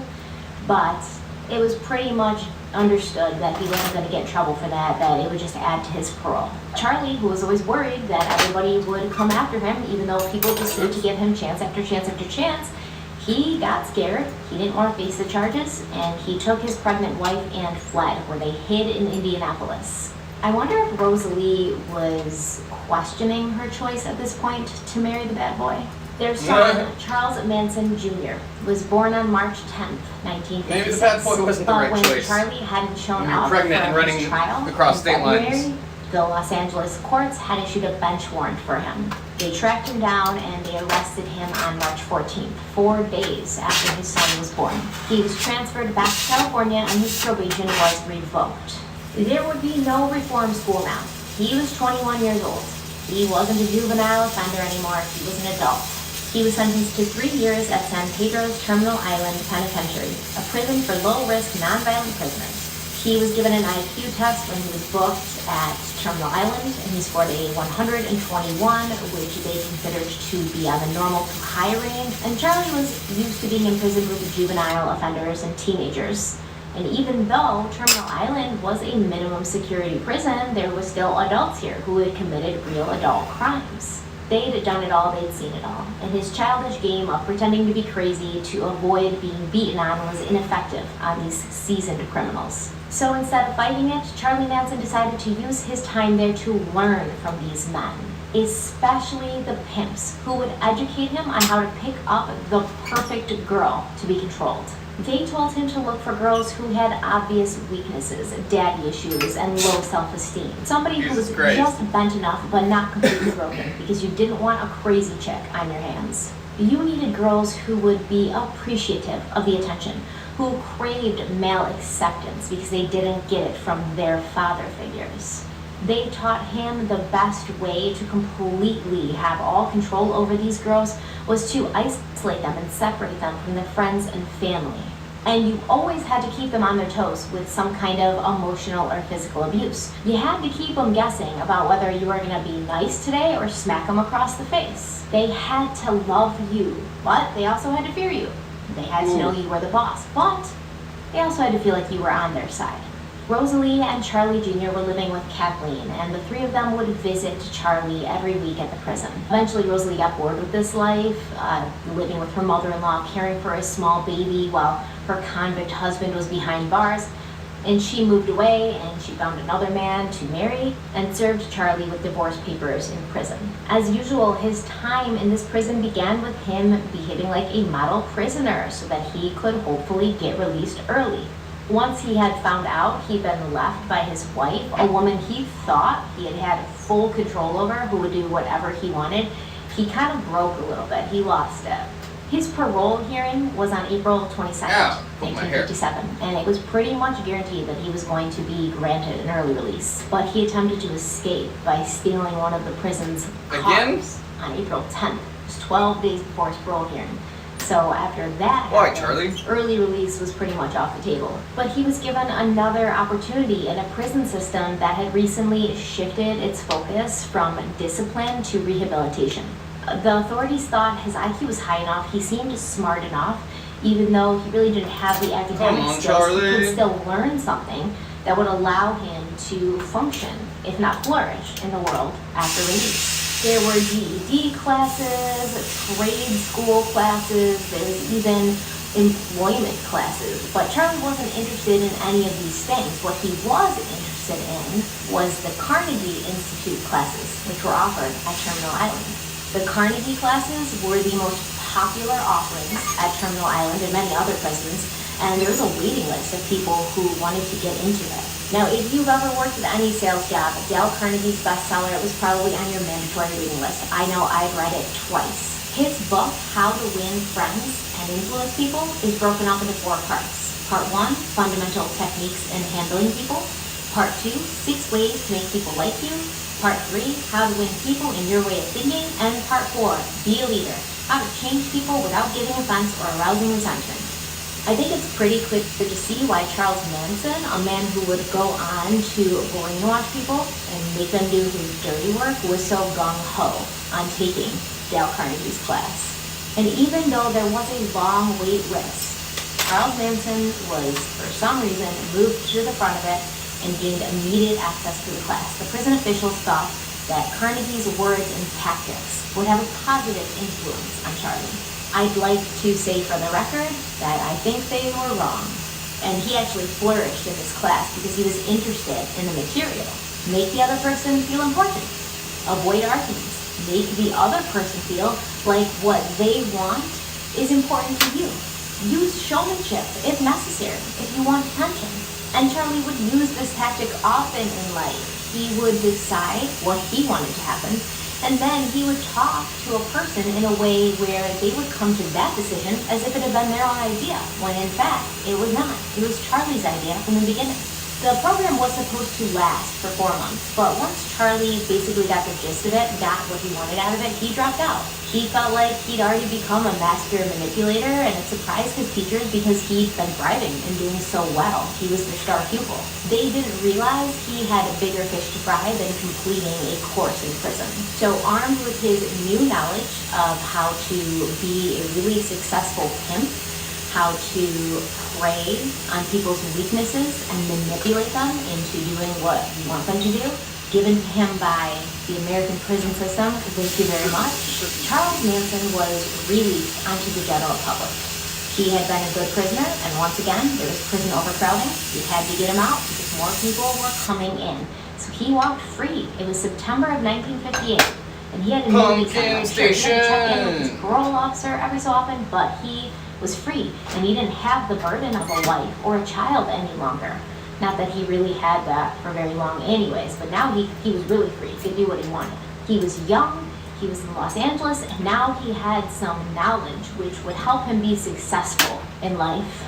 He recruited 2 girls, Judy and Flo, to be prostitutes for him. This was a pretty bad first attempt at being a pimp because Judy's father didn't like what was happening, and he basically blew Charlie into the police. So Charlie learned from then on not to work with any women who had connections to their parents. And if they did have connections to their parents, he had to learn how to sever those connections first. He'd been living with his mother when he got out of prison, but she caught on pretty quickly to what he was doing, and she didn't like it. He didn't have very much success as a pimp at this time. He wasn't making as much money as he wanted to. He had this glamorized view of what a pimp's life would be like. Just tons of money and fur coats and sunglasses with diamonds encrusted in them, and it definitely wasn't like that. So he had to figure out a way to make some more money. And as usual, instead of getting a legitimate job, he turned to crime. 7 months after he was paroled, he was arrested again, this time for check forgery. He was trying to cash a check for $37.50 that he'd stolen from a mailbox. He was turned over to the Secret Service, and while he was being questioned by 2 agents, they pulled out the check and they asked him, "Is this your signature on this check?" About 26 minutes left in the stream. These 2 agents left the check on the table, and at one point turned their heads or weren't paying attention, and then the check disappeared. Oh my And the god. 2 Secret Service agents claim up and down that while they weren't looking, Charles Manson took the check off the table and ate it. but it was stupid. That's He had to hilarious. check for absolutely no reason because there was already half a dozen people who had seen the check, had seen his forged signature on it, and were willing to testify that they'd seen it in That's court. hilarious. On July 19th, 1959, Charlie's grandmother Nancy died in West Virginia. Man, Kathleen eighth struggled evidence. with her guilt of all she had put her mother through, as well as feeling somewhat responsible for the life of crime that her son seemed to have chosen. With her mother gone, Kathleen could only continue what her mother had taught her to do, which was believe that her child could redeem himself and turn out all right. Because that's what Nancy had always done Why with is her this shirt children. poking me No so matter much how tonight? bad they were, no matter what trouble they got into, she stood by them and never turned her back. In the fall of 1959, a 19-year-old girl approached Manson's parole officer and begged for Manson to be released. She said she was pregnant with his child, and she pleaded with the parole officer to not take away her baby's father. Now, this was all a lie. This girl was actually a baby's prostitute who worked for dead. Charlie, and they had orchestrated this plan where she would come and say she was pregnant and make this big sob story to garner sympathy for Charlie's plight. But it worked, and he was offered a deal, even though Dr. Edwin McNeil, his old psychiatrist, came in and gave his recommendation that Charlie should not be released on parole. McNeil was of the opinion that Charlie should go back to prison, that was the only place that society would be safe from him. But I guess the word of an expert psychiatrist who had spent some time with the person at hand was not as compelling as a crying teenager in court who claimed she was pregnant. In December, Charlie, once again free and on the streets, drove a couple of his girls to New Mexico from California to see if they would be more successful as prostitutes there. And surprise, surprise, they were caught and arrested. And now he wasn't just guilty of driving stolen cars over He's state guilty of lines. sex trafficking. He was guilty of bringing humans across state lines for the purpose of sex. Sex He trafficking. actually married the girl who lied about being pregnant with his child because he thought marrying this girl would lessen the charges. If they were married, she couldn't be compelled to testify against him. And by then, she actually was pregnant with his child. While Charlie was waiting for his trial, he got picked up by LAPD several more times for grand theft auto and credit card fraud. These charges would eventually be dropped for lack of evidence, but he would probably, most definitely, be doing some jail time for violating the Mann Act. The Mann Act is that law that makes it illegal to transport any woman or girl across state lines for immoral purposes, which I feel like is really broad. You Yeah, could that's say very that broad. a What the lot of people violated the Mann Act. What would immoral acts be defined as? In 1917, the Supreme Court upheld the conviction of two married men who had gone on a romantic weekend getaway with their girlfriends, not their wives, and they crossed state lines and they got in trouble for violating the Mann Act. So, whew, it's kind of dangerous, kind of scary. So If you pay for somebody's plane ticket and they come and have sex with you, even if everything was consensual, you can be charged with a crime? What? He knew he was probably going to go back to prison. He fled again, and he left behind the girl he married and got pregnant, and she Well, that's news promptly to me. turned on him once she realized he'd left. With her testimony and confession, the grand jury indicted him. A warrant was issued for his arrest, and Charlie Manson has never been really good at eluding the law. He was picked up on June 1st in Texas and sent right back to Los Angeles. He was then sentenced to 10 years at McNeil Island in the South Puget Sound, located southwest of Tacoma, Washington, an island that's only accessible by air or sea. He was 26 when he arrived at McNeil Island in the What do you summer mean? of There's bridges. 1961. I've And seen it. he had spent most of his life There's in bridges right captivity of some kind. Escape from McNeil Island was virtually impossible, and anybody who tried had either been recaptured or drowned. Oh, my bad. Getting to and from the island was so tough that most of the prison staff lived on McNeil Island with their families, their children. Now, Oxygen's before about being to kick back sentenced to on. McNeil, Charlie had fought this imprisonment. He'd appealed it. He had tried so hard to not get sent back. But once he arrived, he admitted to the McNeil staff that he was actually happy to be there. Institutions had become his natural habitat. It was where he felt more comfortable. There was a form of security and education there that was never going to be available for him on the outside.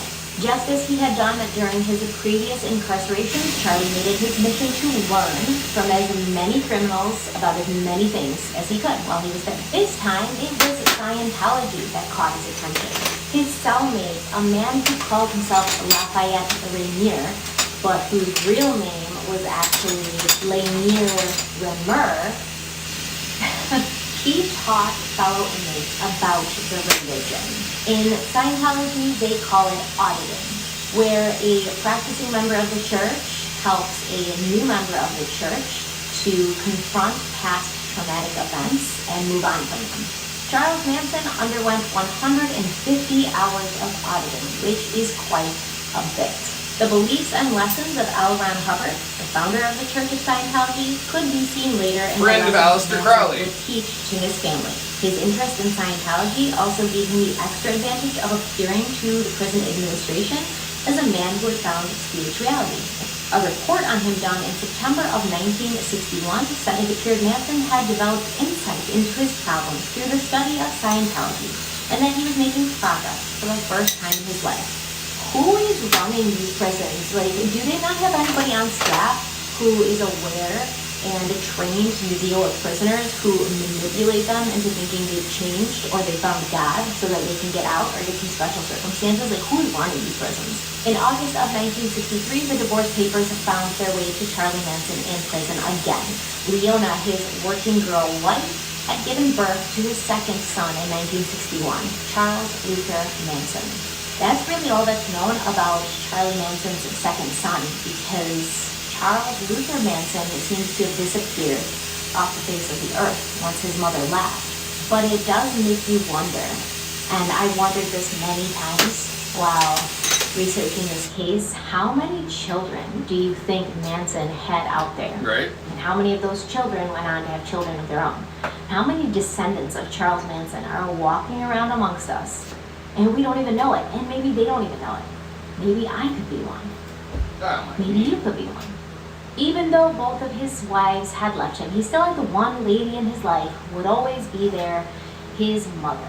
She had moved to Washington State specifically for the purpose to visit him more often, so he didn't feel alone or abandoned. She was working as a waitress, trying to make her marriage with alcoholic Lewis work still, for some reason, and still living with the heavy guilt that somehow Charlie Manson was in prison because she hadn't been a good enough mother. And when she did visit her son in prison, he didn't ask her, how are you doing? Or how's marriage? How's your job?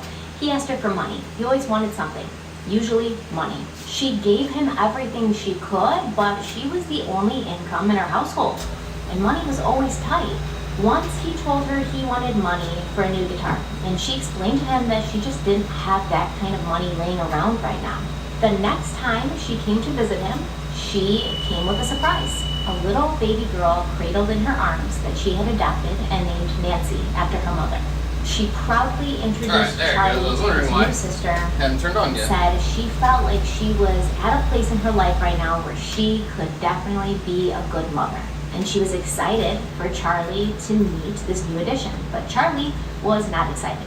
Charlie was pissed. He 17 asked her minutes how left much in the the stream. adoption cost. When he found out that it cost $2,000, he was furious. He said, you don't have money to give me for a guitar, but you have $2,000 laying around to adopt a baby? Like it's the same thing or something. Like you have to pick between a baby or a guitar, and you pick the guitar because it's cheaper. He told her to leave, that he never wanted to see her again, and he definitely didn't want to see that baby again. Now, of course, later, when he ran low on money, he relented and he allowed her to come visit him, but Kathleen never brought little Nancy in again. She didn't want to anger Charlie, she didn't want to set him off, so whenever she came to the prison, she left little Nancy in the car. Kathleen continued to try to do everything she could for him, but to hear Manson talk about her later in life, you would think she was the absolute worst, most neglectful parent that ever lived. And she wasn't a perfect parent, but my God, who is? I'm not. I have faults. I have days where I look back and wish I had done things in the day differently and try to improve the next day, but none of us are perfect. She wasn't perfect, but she wasn't the monster that her son made her out to be later in life. She even offered to put her house that she worked hard to buy up for security. You know, if he ran or if he didn't do what he was supposed to, the court. No would worries, take her Sky. house. Until later, or Alex until next Turner time. You has know been where imprisoned to find at us. Since 1936 for leading the Barker gang with Fred and Arthur. Still no Barker. TikTok He was tomorrow, one of only 4 or people later. to ever be named public enemy #1 by the FBI. And the only one ever to be taken into custody alive. The other 3. We aren't running out of propane already, are we? Pretty Boy Floyd, they were all killed before being captured. Once he was a man who was considered so dangerous, he was public enemy #1. Now, in his 60s, he was not considered a threat. In fact, his job at McNeil was to drive the school bus that transported the prison workers' kids back and forth from school every day. Can you imagine you just like send your kid on a bus with Alvin Creepy Carpus? I can't. He was also an excellent steel guitar player, which obviously drew Manson to him because Manson loved music and he wanted Carpus to teach him. Carpus was in prison, he was an old guy, he had nothing better to do, so yeah, he spent some time with Manson and taught him a few chords. And then there was the book that Manson was influenced by very heavily, Stranger in a Strange Land. Now he didn't read books himself, obviously. He was pretty much illiterate. But the prisoners who were big on reading books, they would talk to the other prisoners about what they read. Kind of like the book club that Joey Arias wanted to set up in her prison. And a lot of prisoners read it, and they talked about it, and Manson did what he was best at doing. He listened, and he learned. The main character in the novel is Valentine Michael Stay, who comes to Earth as an adult after being raised on Mars by Martians. It's set in a post-World War III United States where organized religions are politically powerful and influential. Smith's character is defined by his psychic abilities, his superhuman intelligence, and childlike naivete, and he starts his own religion, the Church of All Worlds. Here, he basically teaches its members psychic abilities, and everyone has a bunch of orders. Dang, we are already running out of propane. We still have 2 tanks left, I think, or 1 tank at least. Will eventually die out, leaving a race of superior And I think we went through humans it that quick, inhabiting though. the Earth. He's eventually assassinated, and it's hinted at in the book that he was the reincarnation of the Archangel Michael. I know what book I'm going to be reading on vacation. It sounds super good. I gotta go. And I'm sure going most to run of to the you are bathroom. familiar with the way Manson developed and ran his group later. To see People the be parallels in the work of fiction, Stranger in a Strange Land, and the leader that Manson would one day see himself as, it's very eerie. But as always, his love of music was his main inspiration and drive. In prison, he discovered and fell in love with the Beatles, like everybody else all over the world was doing. He loved their music, but mostly he loved the godlike status they had achieved. How women in every country and every world would pass out and faint when they stepped off a plane. He started telling people that he was going to be bigger than the Beatles and channeled all his time and energy into writing his own songs and perfecting them. And the prison staff was also encouraged by Manson's obsession with music. They saw it as a positive thing. They noted in his May 1966 report that he had been spending his free time writing songs, almost 90 of them in the past year, which he hoped to sell following his release. He is hoping that he can gain employment as a guitar player, a drummer, or a singer. Yeah, aren't we all? Aren't we all, Charlie? In May of 1966, after 2 solid years of no disruptions and no bad behavior, he was considered a candidate for early release, and he was transferred back to Terminal Island. But he was also an unapologetic racist, and he refused to look at or talk to anyone who had a darker skin color than he did. He believed blacks were genetically inferior and less intelligent, which was rich coming from a guy who could barely read and write. Yeah, it's in his hilarious. 80s. He did. Because Charlie couldn't even fucking read or write. And he's talking about their physical strength, intelligence. and the way they seemed to band together, especially the black Muslims who even the prison guards seemed to be afraid of and didn't want to cross their path. Oh, His you meant final literally prison report chat in disappeared? August of 1966 stated that he had not taken advantage of any vocational classes, and he no longer claimed to be a Scientologist. Instead, he worshipped his guitar and music. But he had no place to go after being released, and 11 minutes left in the stream. could honestly be expected in him. Still, the prisons were overcrowded. And Ow. he was eligible for My wrist parole. hurts. So, what do we do? He got excited as the day got closer, but then he started to panic as the day got even closer. He said he felt safe here. He knew prison life. He knew how things worked on Yeah, the it's inside. 11 minutes left He in didn't our want stream. to This be one's on the about to outside, end. where he might do something bad. But prisons aren't for people who want to be there. And there's a new, fresh wave of young offenders rolling in, and he had to go. He had to go. He had to make room for all the new prisoners they had to bring in. So they handed him a suitcase, handed him a guitar, opened the gates to Terminal Island, and said, there you go, get out of here. You're society's problem now. And Go on, they kid. unleashed Charles Manson on the world. Thank you so much. Okay, that is it for part one. It's probably Yeah, part one. Charles Manson.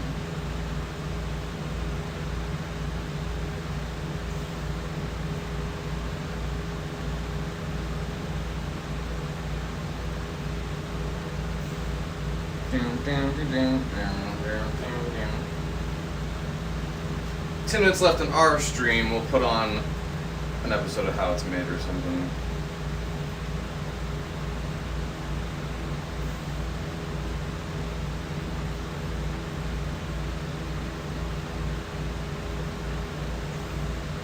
Wait. Disney Saturday morning. Wait, no. I don't want to get copyrighted. So we'll do How It's Made again.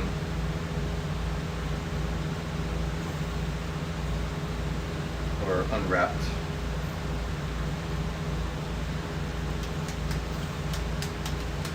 Oh, that's what I thought you meant too. I thought you meant that the stream or the literally chat had gotten quiet.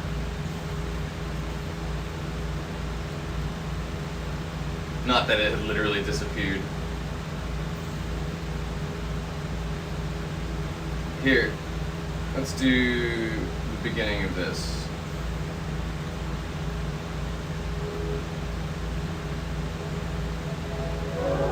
Ew, fuck off. Doctor about heart attack today.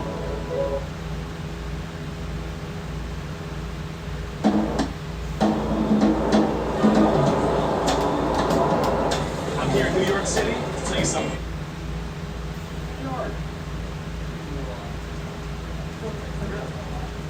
Oh, these are the same guys I think that we started watching yesterday. This stuff by itself. No, you made me try one. Throw it into here though. That is because these do not have any sugar. That is not. Like the definition of good chocolate. 40 is the 20 pounds of sugar. By themselves though, it's like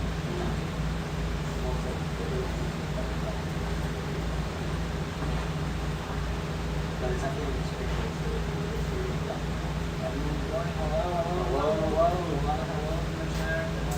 I like their apron for Halloween times. people that make it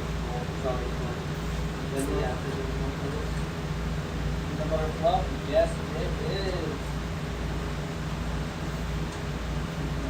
Go. Yeah, when anything like that happens, it's usually best to refresh the app, exit it out of your phone or whatever, and then come back.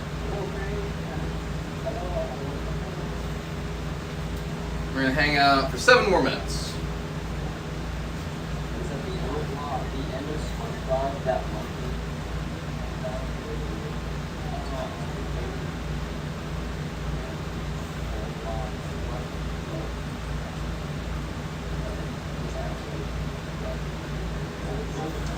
What are they making? Chocolate something? They did have chocolate a second ago. Watch out, Stinky. Oh!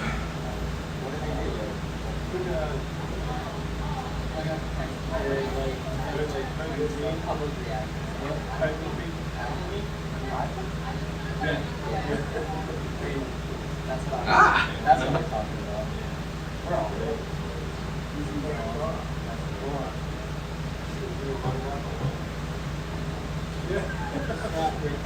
That is all Christ's work. I will not take any.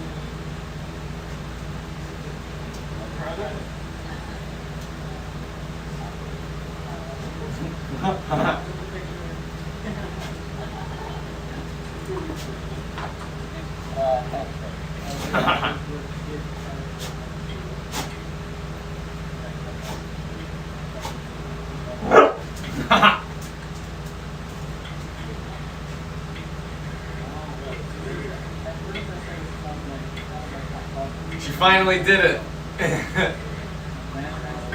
That's how me and Marley play all the time. She never actually did it before. Oh, J-Dog. Popping in at the very end of our stream. Unfortunately, I was gonna say, hopefully you're just stopping by real quick. We're wrapping up here in about 5 minutes.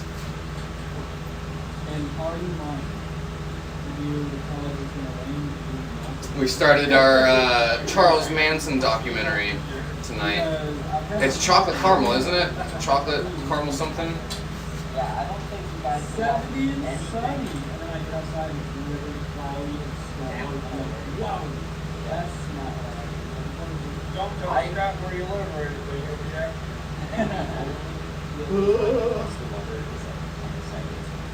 I need to, I look at the weather before I leave. That dude's got a huge vein in his arm. It's like, no, I just love weather.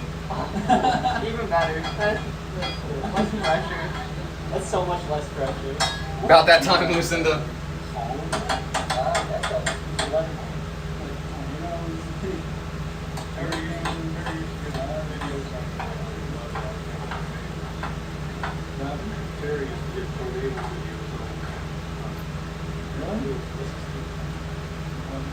I can't understand anything they're saying, but I like looking at the candy. We're getting there, so storm chaser. Oh,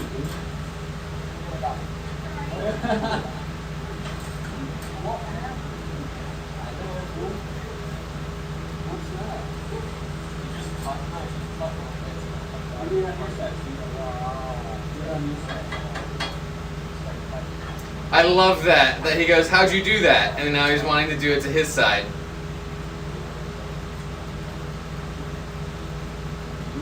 Instead of being like, no, we don't do it like that. That's a good teacher right there.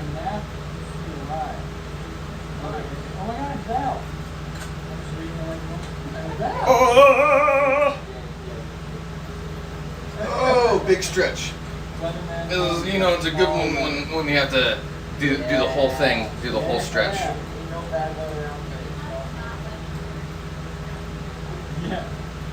yeah. Whereabouts? Oh, look at that. State. Looks like pudding skin. Yeah. Exactly.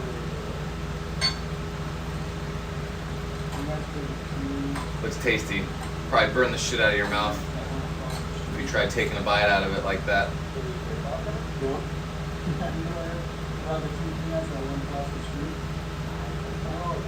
For sure, Michael, we're about to sign off ourselves.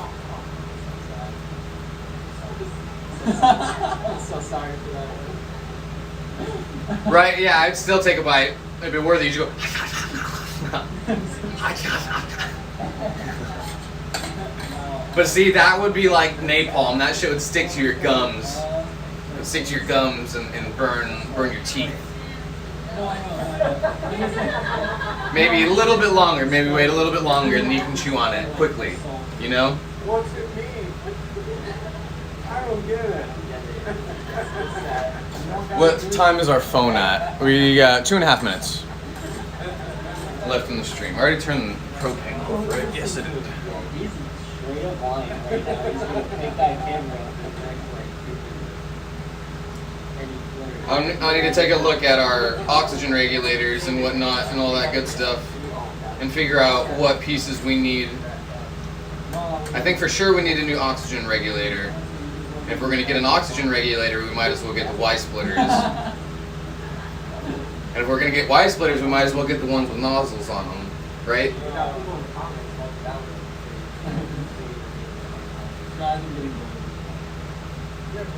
Oh no, J-Dog, did you pour the bowl already? Did you pour the bowl of cereal first and then realize you're out of milk? That's the worst part, or the worst happening of that. And then you're like, well, now I might as well just eat the fucking, you gotta eat the cereal raw. Raw cereal.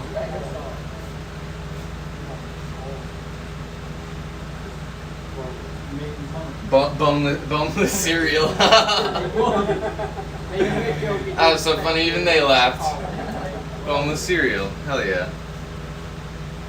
Water. What was it? There's one of the fucking Mary-Kate and Ashley movies from back in the day where the dad did that, but he put orange juice in it. And it was like Lucky Charms too, and he was like, we're out of milk. He's like, what should I use? She's like, I don't know, water or something. And he chooses orange juice instead. That'd be a good movie to rewatch. I think I would relate to the dad now, because what I remember is him being a fucking artist in the home, and that's like some sort of crazy loft in New York or something. I'm having flashbacks because my sister used to make me watch all the Mary-Kate and Ashley Olsen movies, you know, where they were like detectives and shit. Alrighty, friends, I appreciate you. Thank you all for being here. Michael, J-Dog, Lucinda, anybody who may be just lurking in chat. I appreciate each and every one of you. You all know where to find us. Still no TikTok later, tomorrow. Next time we'll be back here. So back here at 11 p.m. Central later tonight. Alrighty, friends. Until then, love y'all.